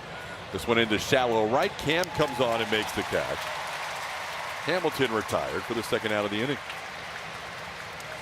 Let's play Astros trivia powered by Reliant. What former Astro who ranked second on the team in home runs in 2005 finished his career as a pitcher? Give you a hint, he's in the building.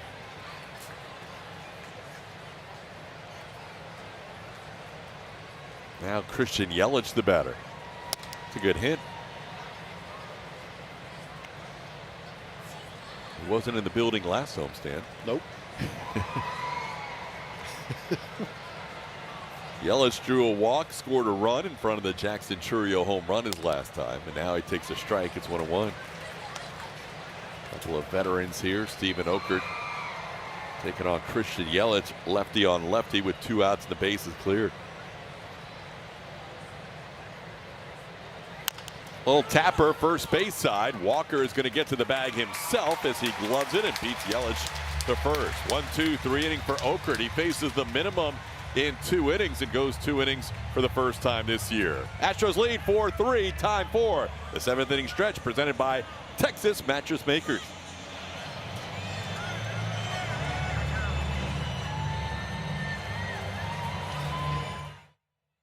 Peter Lambert is going to go up against Brandon Sproat.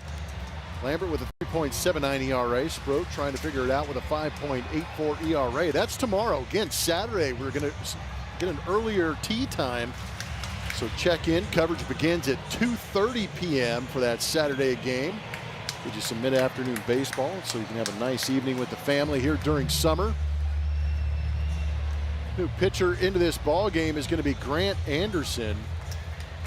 He last pitched on Tuesday against St. Louis, and he threw a scoreless 7th inning, 1 hit, 1 strikeout. 2.82 is the ERA on the season. First batter he faces is Nick Allen, who takes a strike. Allen with a sacrifice fly his last time up. He's officially 0 for 1 tonight. Grant Anderson, the 3rd pitcher of the night for the Brewers. DL Hall went 2 innings out of their bullpen. Walked a couple, but did not allow a run and struck out 3. Anderson on to face the 8, 9, and 1 hitters for the Astros. That one sweeps wide. It's 1-2.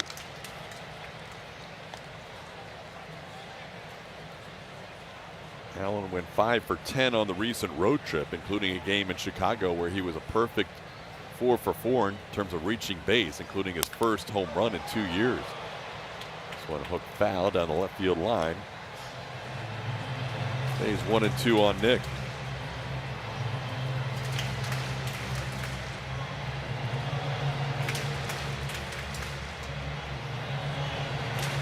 '66 relief appearances last year for Anderson. That set a new career high for him.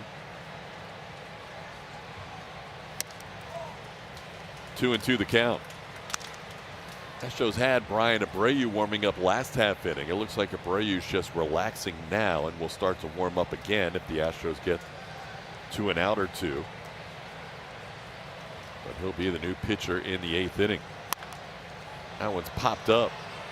First baseman Bowers gives way to the second baseman Terang, and there's 1 away here in the 7th.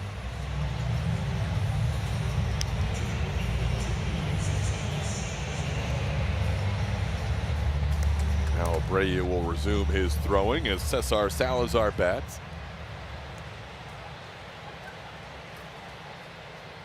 Salazar drew a walk. He's also flied out. Astros have drawn 4 walks tonight. They also have 4 hits. 2 of the hits and 1 of the walks were in the 4th inning. Also, there was an error in the mix that helped out as the Astros scored 3 runs in that 4th. Pitch missing a little bit in. Counts 2-0 on Cesar.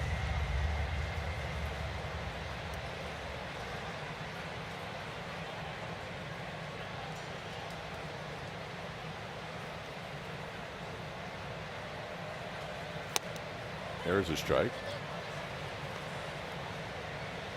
Anderson's from Texas. He was a pitcher and a catcher at West Orange Stark High School and went on to play 3 years at McNeese State. It was there that he turned into a full-time pitcher.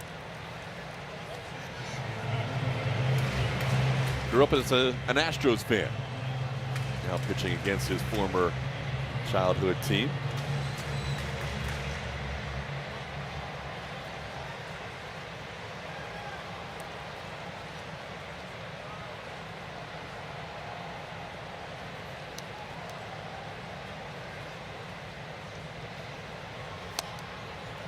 Two pitch, didn't miss by much. Been a pretty good zone tonight from James Jean. And the count's full on Cesar.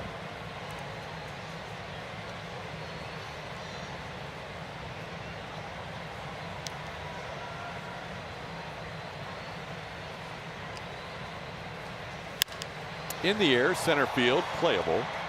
Garrett Mitchell, 2 outs. Every Tuesday night is Dollar Dog Night, presented by Texas Chili Company at Dyken Park. Enjoy $1 hot dogs all game long every Tuesday night.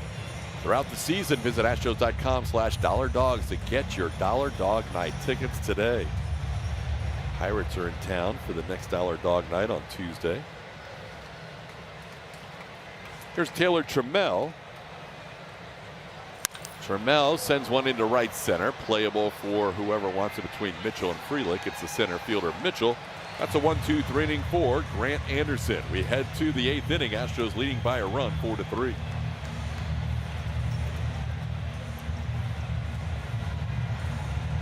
A question powered by Reliant. What former Astro who ranked second on the team in home runs in 2005 finished his career as a pitcher?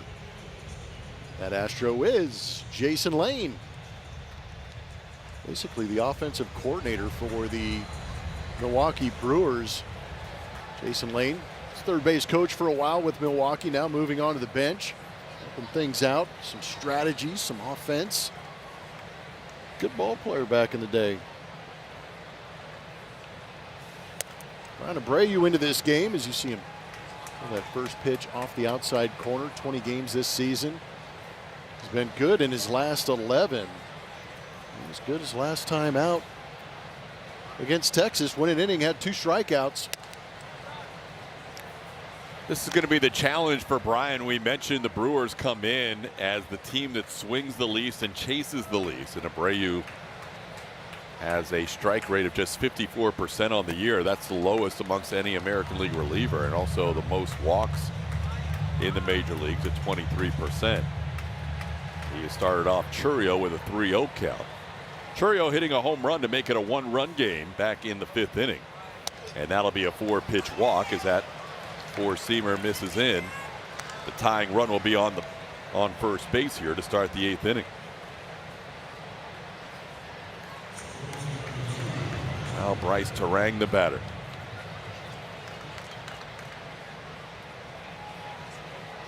Ryan King begins to warm up. Turang has struck out twice and drawn a walk.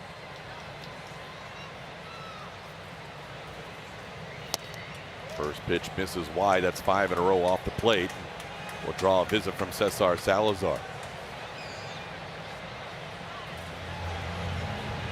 Stephen Oker, 2 innings of scoreless baseball. Hit a batter, but faced the minimum of 6 batters in his 2 innings of work through 23 pitches tonight. Now turning it over to Brian Abreu. Now a word from TxDOT. Hook up, kick up, hook up, kick up, hook up.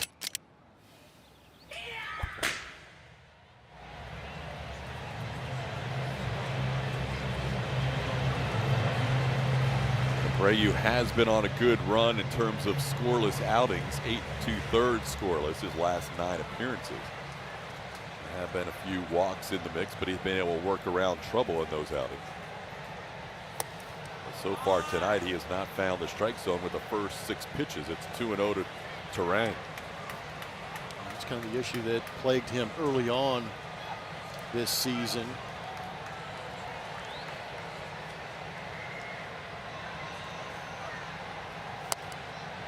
Close, but off the plate. Again, the Astros have no challenges. 7 straight misses for Abreu out of the pen in this 1-run game in the 8th. I think this one was just a little bit off the outside. Salazar trying to frame it up on the UTMB Anderson strike zone. That's well off the plate. 4 straight balls to Turang after 4 straight balls to Chourio. The fans growing a little restless. Josh Miller out to have a word with Abreu. Relief pitchers have to face at least 3 hitters, so nowhere for Abreu to go here in this 1-run game. It has been at times frustrating for everybody involved why Abreu has not had the same command or velocity that we've seen at times in his career. He was as dominant as anybody in baseball the last 3 years, but this year it has been a little bit of an adventure.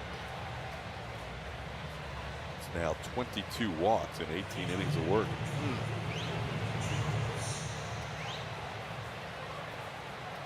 As we mentioned, the Brewers will be as patient as anybody. They'll probably wait for a strike here, although Contreras leads the team in RBIs. He's 0 for 3 tonight. You've just got a center on a pitch in a zone, and if it's not there, you just got to let it go. It's a little bit up.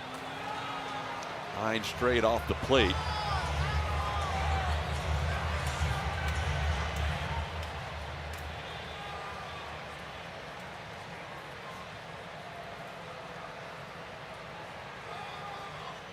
There's a strike.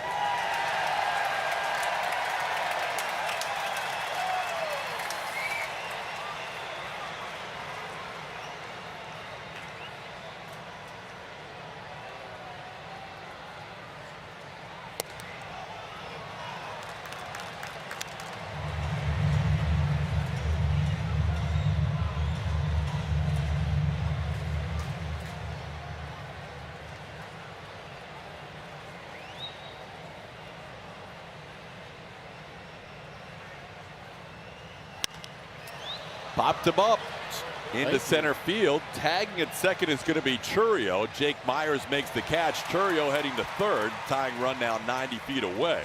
That was a ball. Contreras went after that 2-1 pitch that was off the plate. Yeah, you'll see it right here. UTMB Anderson strike zone. Pitches up out of the zone. Contreras went after it, skied it to center. Did move Chourio up 90 feet. That was a gift of an out. Now Brian King will depart. Brian Abreu will depart. Brian King will be the new pitcher. He'll inherit first and third and 1 out in a 1-run game.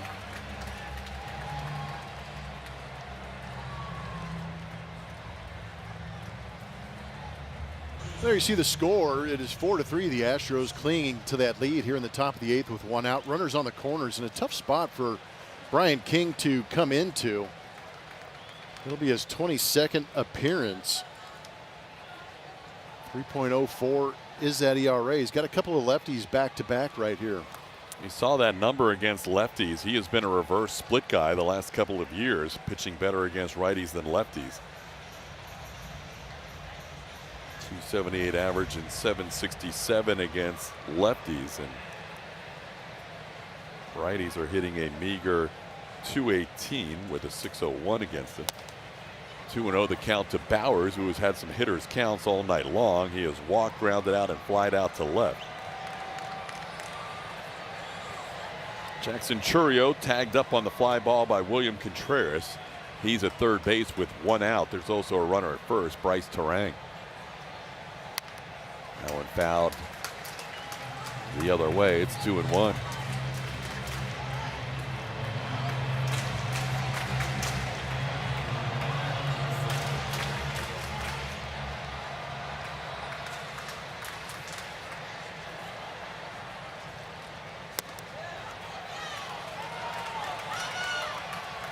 Now 3-1 the count. The Astros have thrown a lot of pitches in this inning and not many strikes.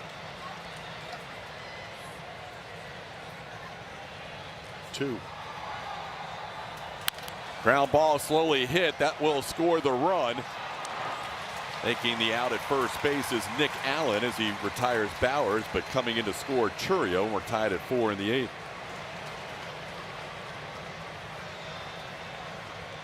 Just not hit hard enough.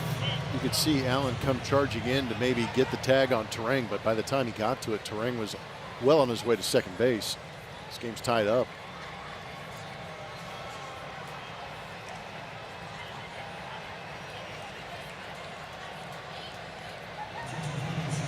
Andrew Vaughn is going to come on as a pinch hitter.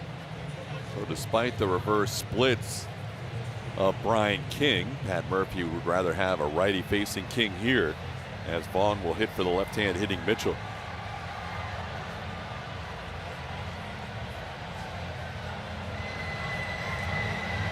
So the scoreless streak for Abreu ends tonight. We're tied at 4 here in the 8th. Still only 3 hits for the Brewers and only 4 hits for the Astros as we play here in the 8th inning.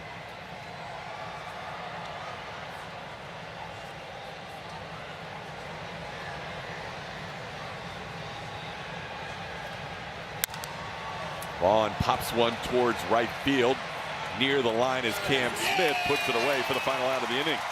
Brian King gets a couple of outs here to end the 8th. We're tied at 4.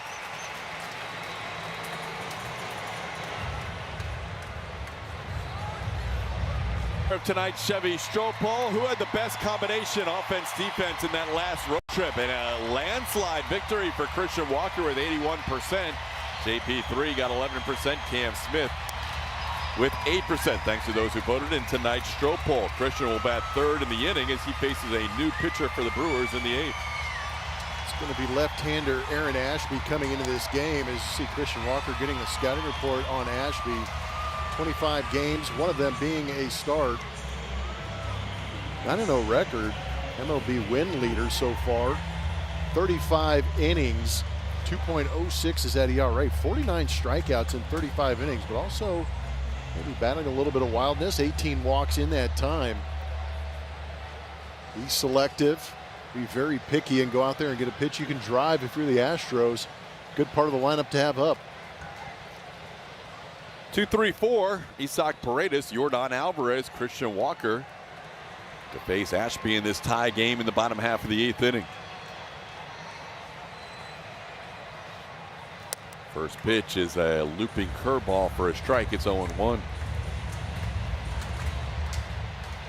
See, the numbers have been much better for him in Milwaukee than on the road this year. Ashby realizing he was ready to pitch before he had allowed Isaac Paredes in the batter's box. Got into that orange-handled coffee. Oh, one pitch is down for a ball, 1-1. Pretty good movement. You can see the velocity too, 99 miles an hour on that sinker. Averages 97.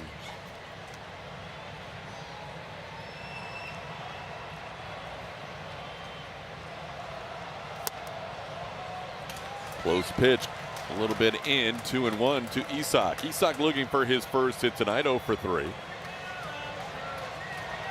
Isaac has had much better numbers this year against left-hand pitching than right-hand pitching. As he taps one foul past Yordan Alvarez. Isaac hitting .319 against lefties with an .822 OPS. And looking for an Isaac Paredes home run in the home run pump area. Instead, he takes a 3rd strike. Called out here for the first out of the 8th inning. Big looping curveball at the top of the zone. Just came back and bit that top rail.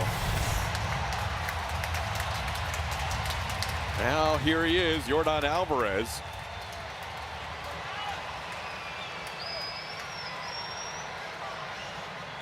Yordan takes a first pitch strike on the outside corner. It's 0-1.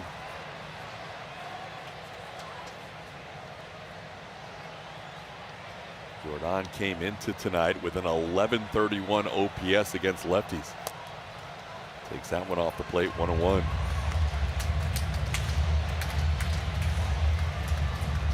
Nobody warming in the Astros pen. That means Brian King will be out for the 9th inning after getting the last 2 outs of the 8th. Big swing, no contact at 98. It's 1-2. Jordan was geared up for that fastball, it looked like. It's got some good run to it. Just stayed down below the zone and the swing.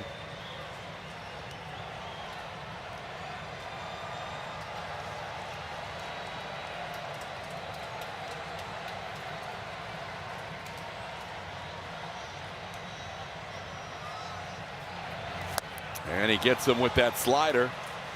Back-to-back strikeouts for Aaron Ashby as he gets Yordan Alvarez after Isaac Paredes. Good pitch. If you get Yordan to swing and miss, the way he's been swinging the bat, you've made a good pitch. The one guy in this lineup who has faced Ashby before is at the plate, Christian Walker. Faced him 3 times in his career. He's 2 for 2 with a sac fly against Ashby. All those plate appearances coming with the Diamondbacks. Didn't mean to swing at that as he checks the swing and fouls one off. It's 0-1.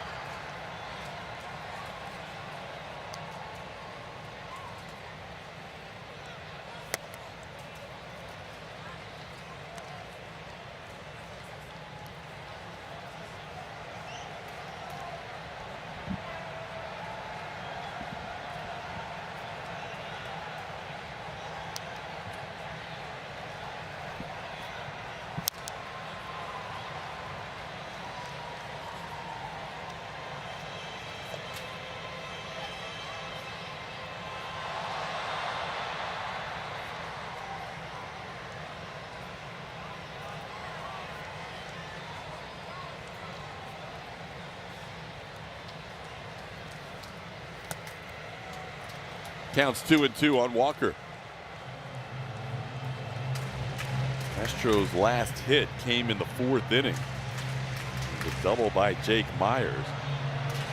And a couple of hits by Cam Smith tonight. The double by Jake Myers, and then that check swing single by Taylor Trammell to start the game. That's it. 4 hits against the Brewers pitchers. That will be number 5. Christian Walker hits one into center field. Walker 3 for 3 in his career now against Ashby, and he is a 2-out base runner in the bottom of the 8th. Good job taking that fastball right back up the middle. Didn't get too big, trying to do too much. Just find your way on base. Hit that ball hard right back up the middle. Excellent opportunity for young Cam Smith, who's having a good day.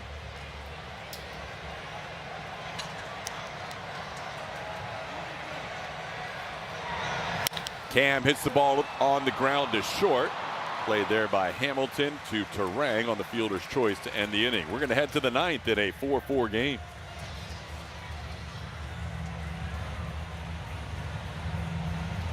Houston Astros baseball on SCHN is presented by TxDOT.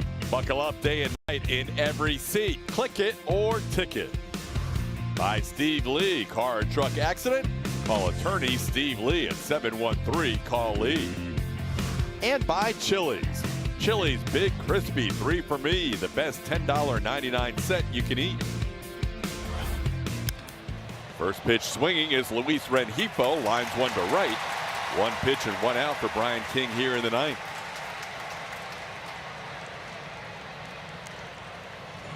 Brian King got 2 outs in the 8th inning, came on with first and third, 1 out. Got a slow ground ball from Jake Bowers where a run scored, and then he got Andrew Vaughn to fly out to right.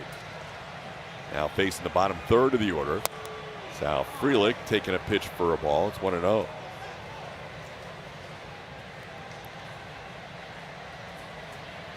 Frelick 0 for 3 tonight, a fly out, a ground out, and a pop-up.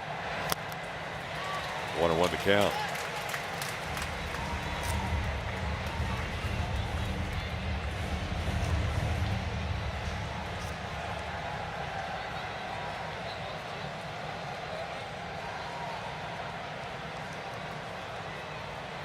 Astros have allowed 6 walks tonight and only 3 hits. 2 of the walks have scored, and 2 of the 3 hits have scored, both of them being home runs. The other base hit was a single by Garrett Mitchell.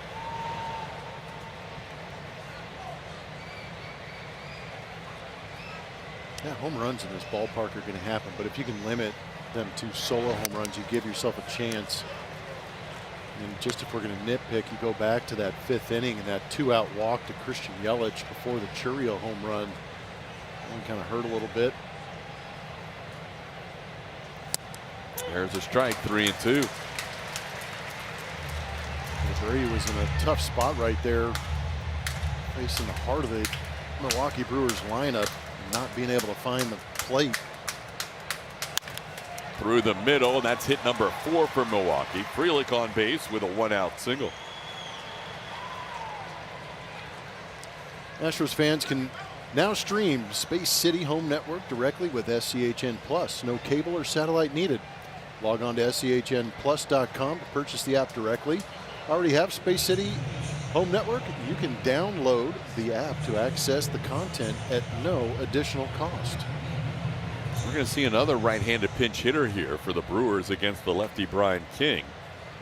And that's going to be Gary Sanchez hitting for David Hamilton. Sanchez, the veteran catcher, grabbing a bat and a little meeting on the mound.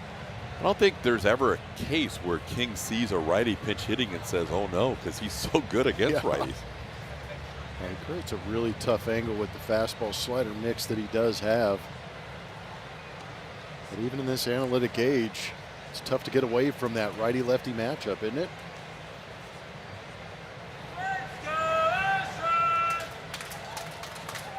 There you see Sanchez in his career, a lot of plate appearances as a pinch hitter. Hitting here with a runner on first and 1 out.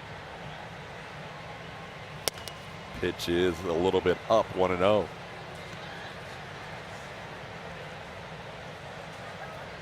Sanchez hitting for Hamilton. Frelick the runner on first base in the 9th inning of a tie game. That one misses up and away, 2-0 the count.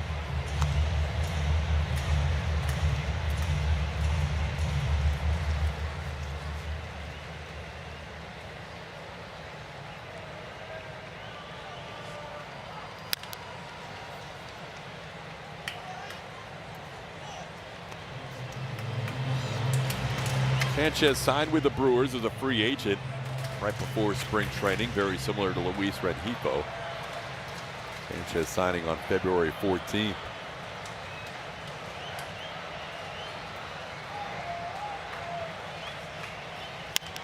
Pops it up. Nick Allen.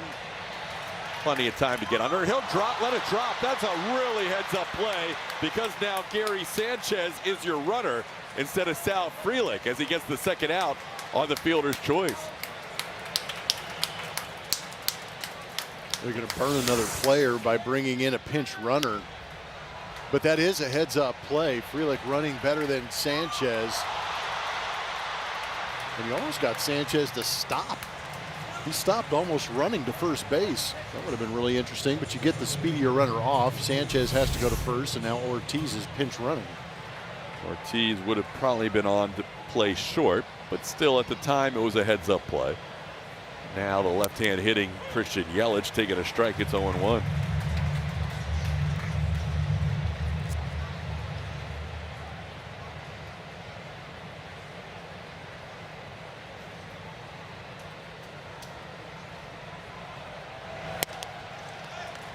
Ryan King has gone multiple innings quite often in the month of May. Astros looking for 5 outs tonight out of BK. So far he's allowed 1 hit in an inning and a third. That's a strike, 1-2.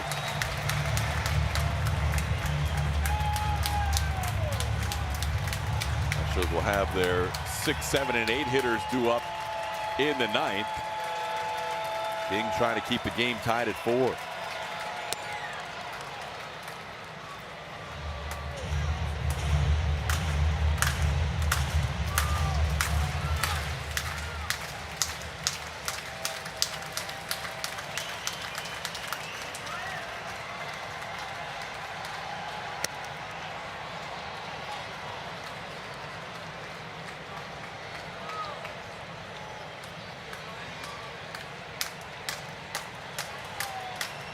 This is the 8th time this year King has gone more than an inning out of the pen.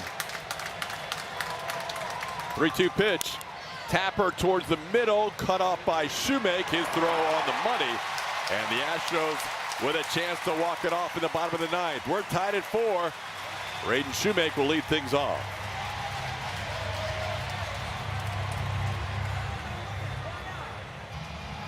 Tonight's aerial coverage of the Wire Cam is brought to you by our partners at Defy. Astro fans want to see an Astros victory. If they get it, it's going to have to happen here in the bottom of the 9th against Abner Uribe. 19 1/3 innings this season. 4.19 is that ERA. He's got 5 saves this season, 16 total in his career. It's an electric right arm, 2 pitches, sinker slider. Sinker comes in there at 98 miles an hour. Jeremy Pena is going to be a pinch hitter to start the inning. He's going to hit for Braden Shoemake. Pena will face Uribe here. Jake Myers on deck. And they're going to have a little meeting at the mound here before the inning starts, as they want to go over the scouting report on Pena here as a pinch hitter.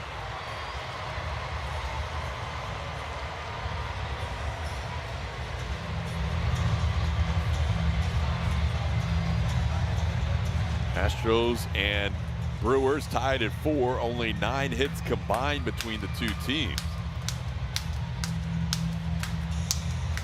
As Uribe called on here in the bottom half of the 9th inning. Jeremy likes good fastballs from closers.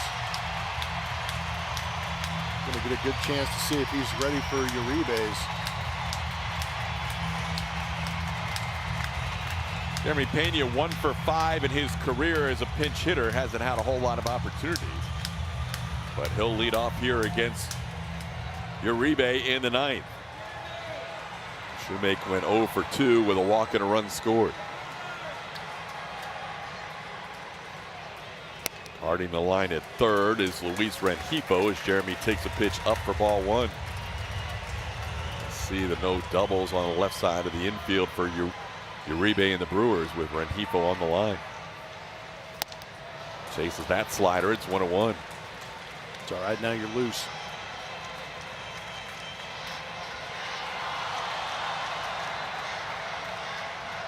Pena has faced Uribe before. He's thrown him 2 sinkers and 2 sliders in that at bat.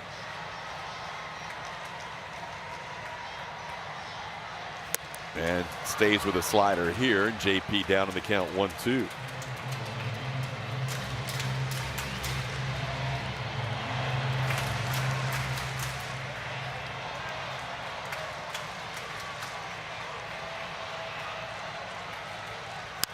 Ground ball to short. 2 hops for Hamilton. Throw is low, and Pena's going to reach. Hamilton threw low. Pena, as usual, getting up the line in fine fashion, but he would have been out by a step and a half with a good throw.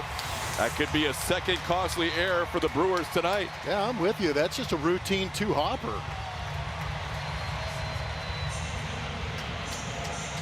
Wow. That was very catchable. Now Jake Myers, the batter, with Pena on first base and nobody out. Rengifo looking in the dugout to see if he's supposed to charge here, expecting a bunt from Jake. He shows bunt and pops it back behind the plate.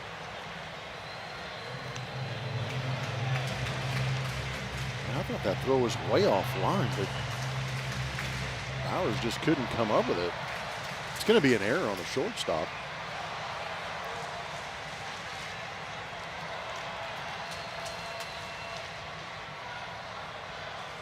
Rengifo a lot closer this time as the pitch comes home and he beats him.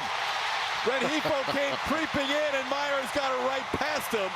And the Astros have first and second, nobody out. Now Nick Allen will be bunting. This is incredible. The bunt. Rengifo looking into the dugout after the first foul. They take the bunt off, but Rengifo coming in has no shot at this ground ball. Credit Jake Myers for getting the head out and pulling this past him. Now you know Nick Allen is in butt mode. And he watches it go wide, 1-0. The threat of the bunt sucked Rengifo in far enough to let just that ground ball get by him. Cesar Salazar is in the on-deck circle. You still have Bryce Matthews and Zach DeZenzo and Christian Vasquez on your bench as options. Bowers is way in at first, and the pitch is a strike. It's 1-1. Uribe is going to try and stay on that outside corner with that fastball, because what Nick Allen wants to do is bunt it to third base and bring Rengifo in to make the play, so it opens up third base for Jeremy Pena. Bryce Matthews not an option. He's already been in the game, so only Vasquez and DeZenzo on the bench with Salazar due up next. The count is 2-1 on Nick Allen. Allen doing a good job not bunting at a pitch off the plate.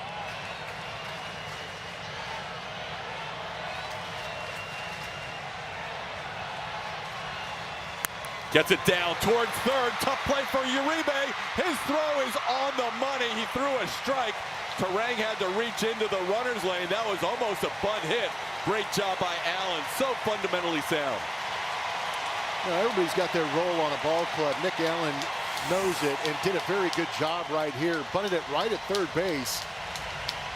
Force, I can't believe Rengifo didn't come get this.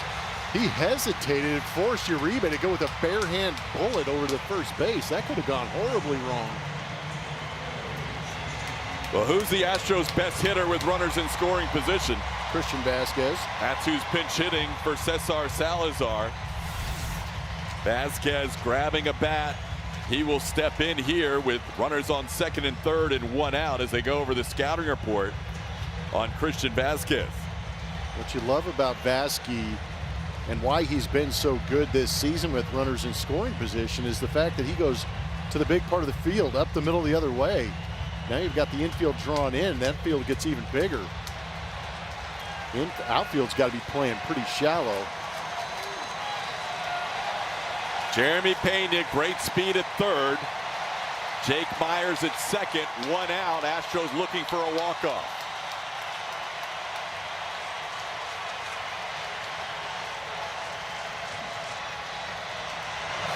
Ball one. 99.9 and a very good take from Vasquez. Vasquez has never faced Uribe, and he won't now. He's going to get intentionally walked. They will load the bases up here for Bryce Matthews in his first at bat of the night.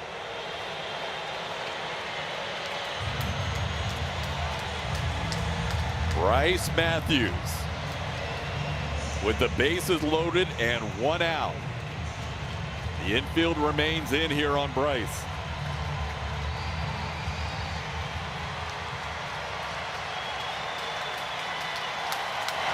First pitch on the corner for a strike, 0-1. Astros have no challenges left. That was a good pitch on the outside edge. You have to play the infield end to cut off that winning run at home plate. Now Uribe getting ahead, 0-2 on Matthews. Bryce will take his time out here.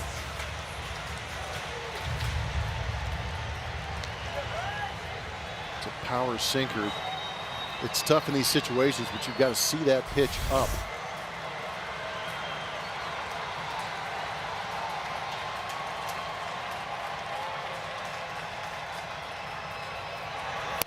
Called third strike. Matthews down on 3 pitches. Now it'll be up to Isaac Paredes with 2 outs. Attacked him with all fastballs. That one at 100.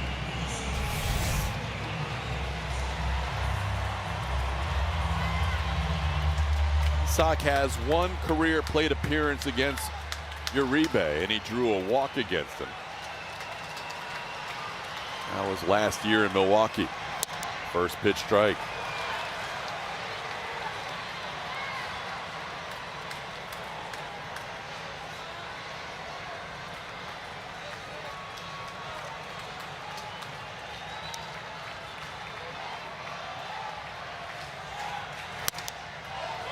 Top of the zone. Paredes doesn't like it. Astros out of challenges in the dugout, giving it to James Jean on that pitch.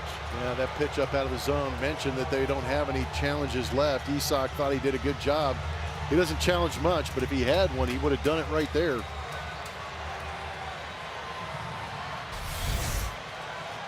That's where the strategy of the challenges comes into play. Astros losing their second challenge by the 5th inning tonight. Look out.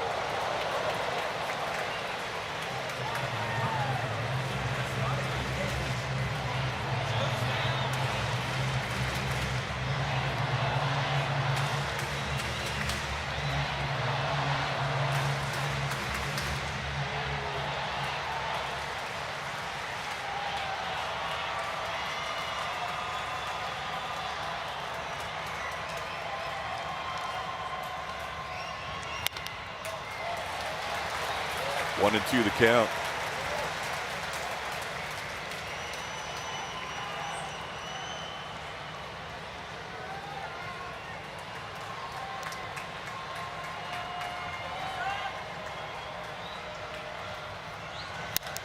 Pop up. Bryce Terang, the second baseman, making the call. And the catch, and we're going to head to the 10th, all tied at 4.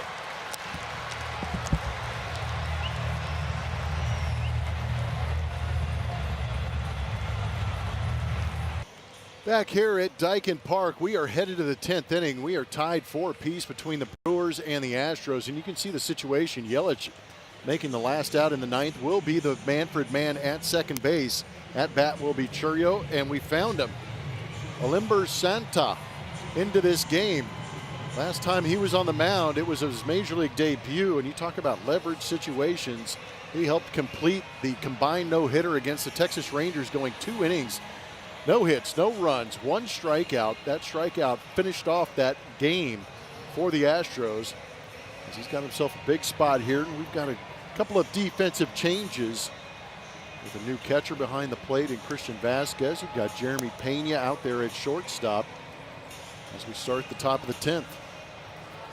Both teams are 2-2 in extra innings in 2026. Astros with a bases loaded 1-out situation in the bottom half of the 9th inning could not cash in. And now the Brewers have a runner in Christian Yelich, the unearned runner at second base, with Jackson Churro leading off against Alimber Santa. Churro helping take this game into extra innings with a 2-run home run that made it a 1-run game back in the 5th. And the first one from Santa is off the plate for ball 1. Alimber Santa in his major league debut with 2 perfect innings to preserve a no-hitter. Now in his second major league outing, pitching in extra innings in a tie game. That one's wide as well, 2-0.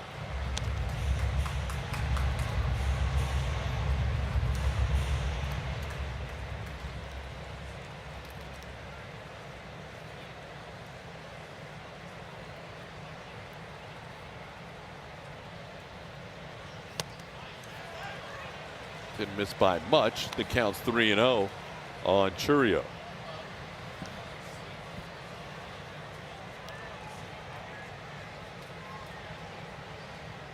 Ryan King with an inning and 2/3 of work tonight, getting the game into the bottom of the 9th, tied at 4. Now Santa delivers a strike as he uses his slider to pick up his first strike tonight. Yeah, the slider and the sweeper in that outing in Texas were his 2 best pitches. He used a fastball maybe a little bit later in some counts and blew up some Rangers with it.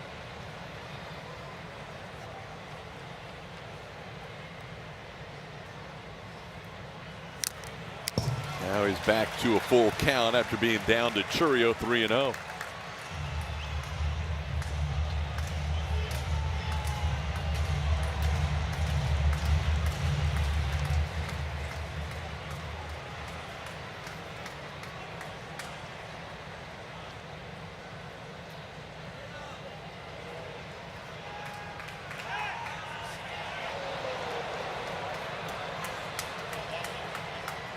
Two lefties in the Astros bullpen, Stephen Okert and Brian King, both chewed up some innings tonight, combined for 3 2/3 innings of one-hit scoreless baseball. They both threw 23 pitches and got 12 strikes. A 3-2 pitch coming here. Santa trying to win this at bat after being down 3-0. Sky to center. Yelich walks back to the bag. Will he challenge Jake Myers? He's going to go to third, and Jake's throw is going to be wide. Yelich gets to third with 1 out on that fly ball to center.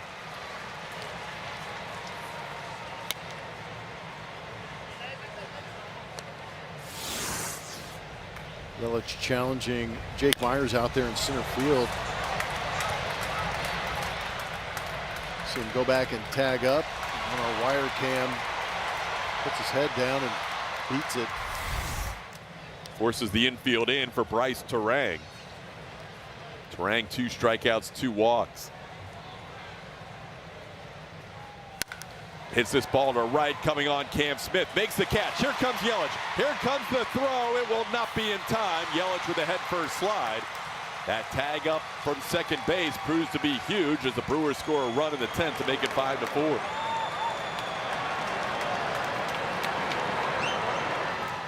The hustle from Yelich getting this run for the Milwaukee Brewers, tagging up on the fly ball to center and then tagging up on this line drive to right. Testing both Jake and Cam, and he comes up prosperous.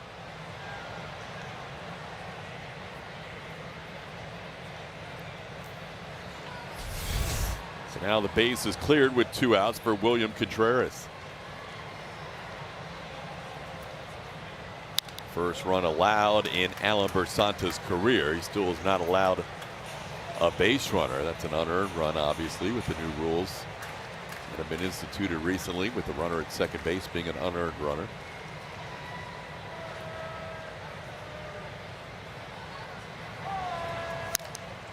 And Santa gets ahead 0-2.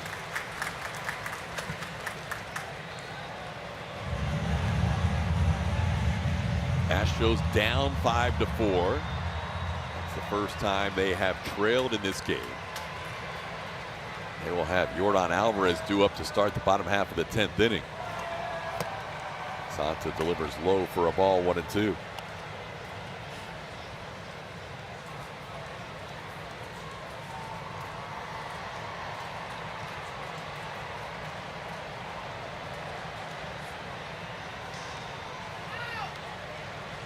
Trevor McGill is warming for the Brewers. Looks like he'll have the bottom half of the 10th. Santa gets all 3 batters he faces, but the unearned runner scores on a couple of fly balls.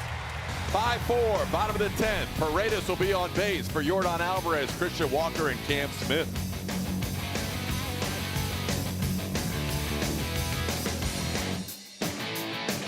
Bottom of the 10th, big man looming.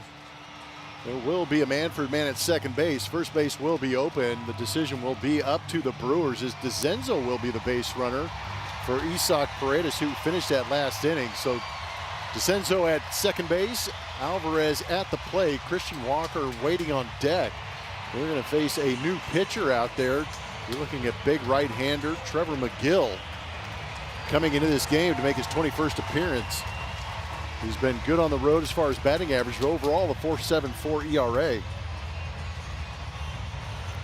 So Zach DeZenzo running as the unearned runner for Isaac Paredes, and Yordan Alvarez representing the winning run, tying run at second base as we head to the bottom of the 10th.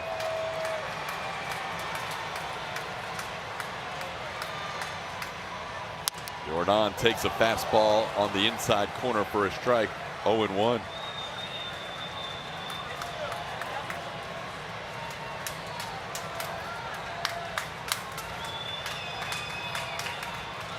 Yordan has faced McGill a couple of times. He's 1 for 2. He's down to the count here, 0-2. Yes, he is. He is challenging him.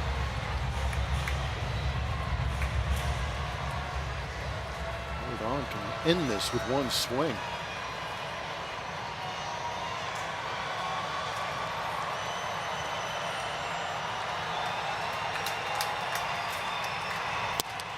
Called third strike. Yordan down looking on a pitch perfectly placed on the outside corner. And there's one away in the 10th. Yeah, just a fastball on that outer third. Good velo from McGill. Now Christian Walker, the batter.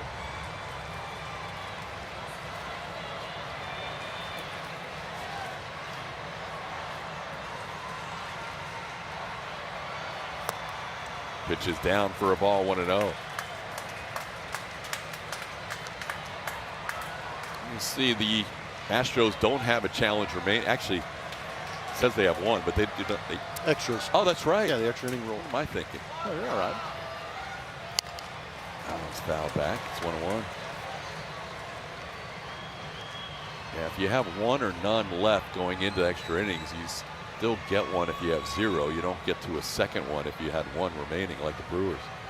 Both teams on equal footing here in extra innings.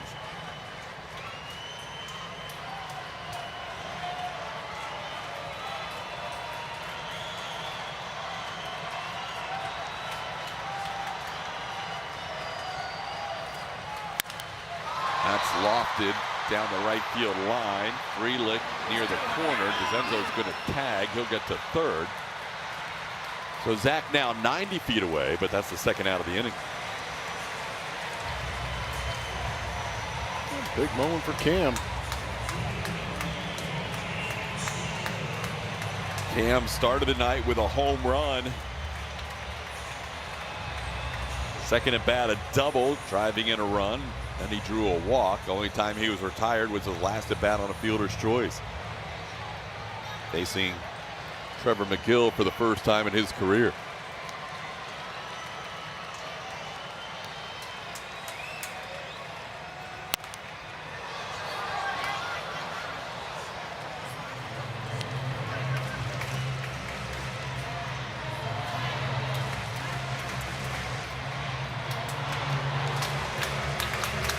Meeting at the mound here with an 0-1 count on Cam Smith.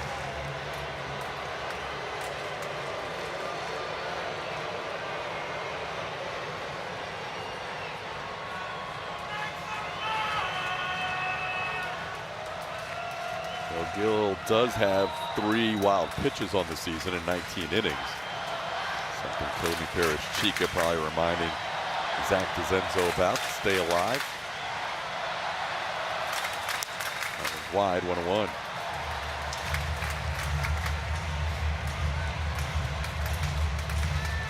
Pitcher number 7 on the night for Milwaukee, Trevor McGill. Cam Smith trying to be a hero here. Base hit would tie it. A home run would win it. And it's wide, 2-1.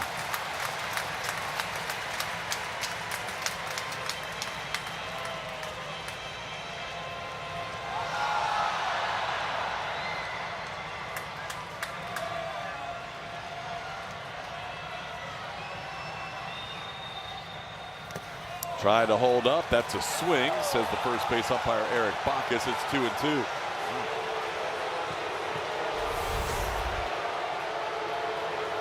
Decided home on our Mattress Firm Supermo. That's not a swing. Wow. It's a terrible call considering the situation. That changes the at bat dramatically. Completely. 3-1 to 2-2. I'm with you. Brutal. Wow. Not even close. And that'll do it. Astros down on strikes. Cam Smith goes down swinging. And the Astros lose a frustrating one tonight in 10 innings, 5-4. Led most the way. The Brewers tied it in the 8th and win it with a run in the 10th. Astros postgame show presented by Whataburger coming up.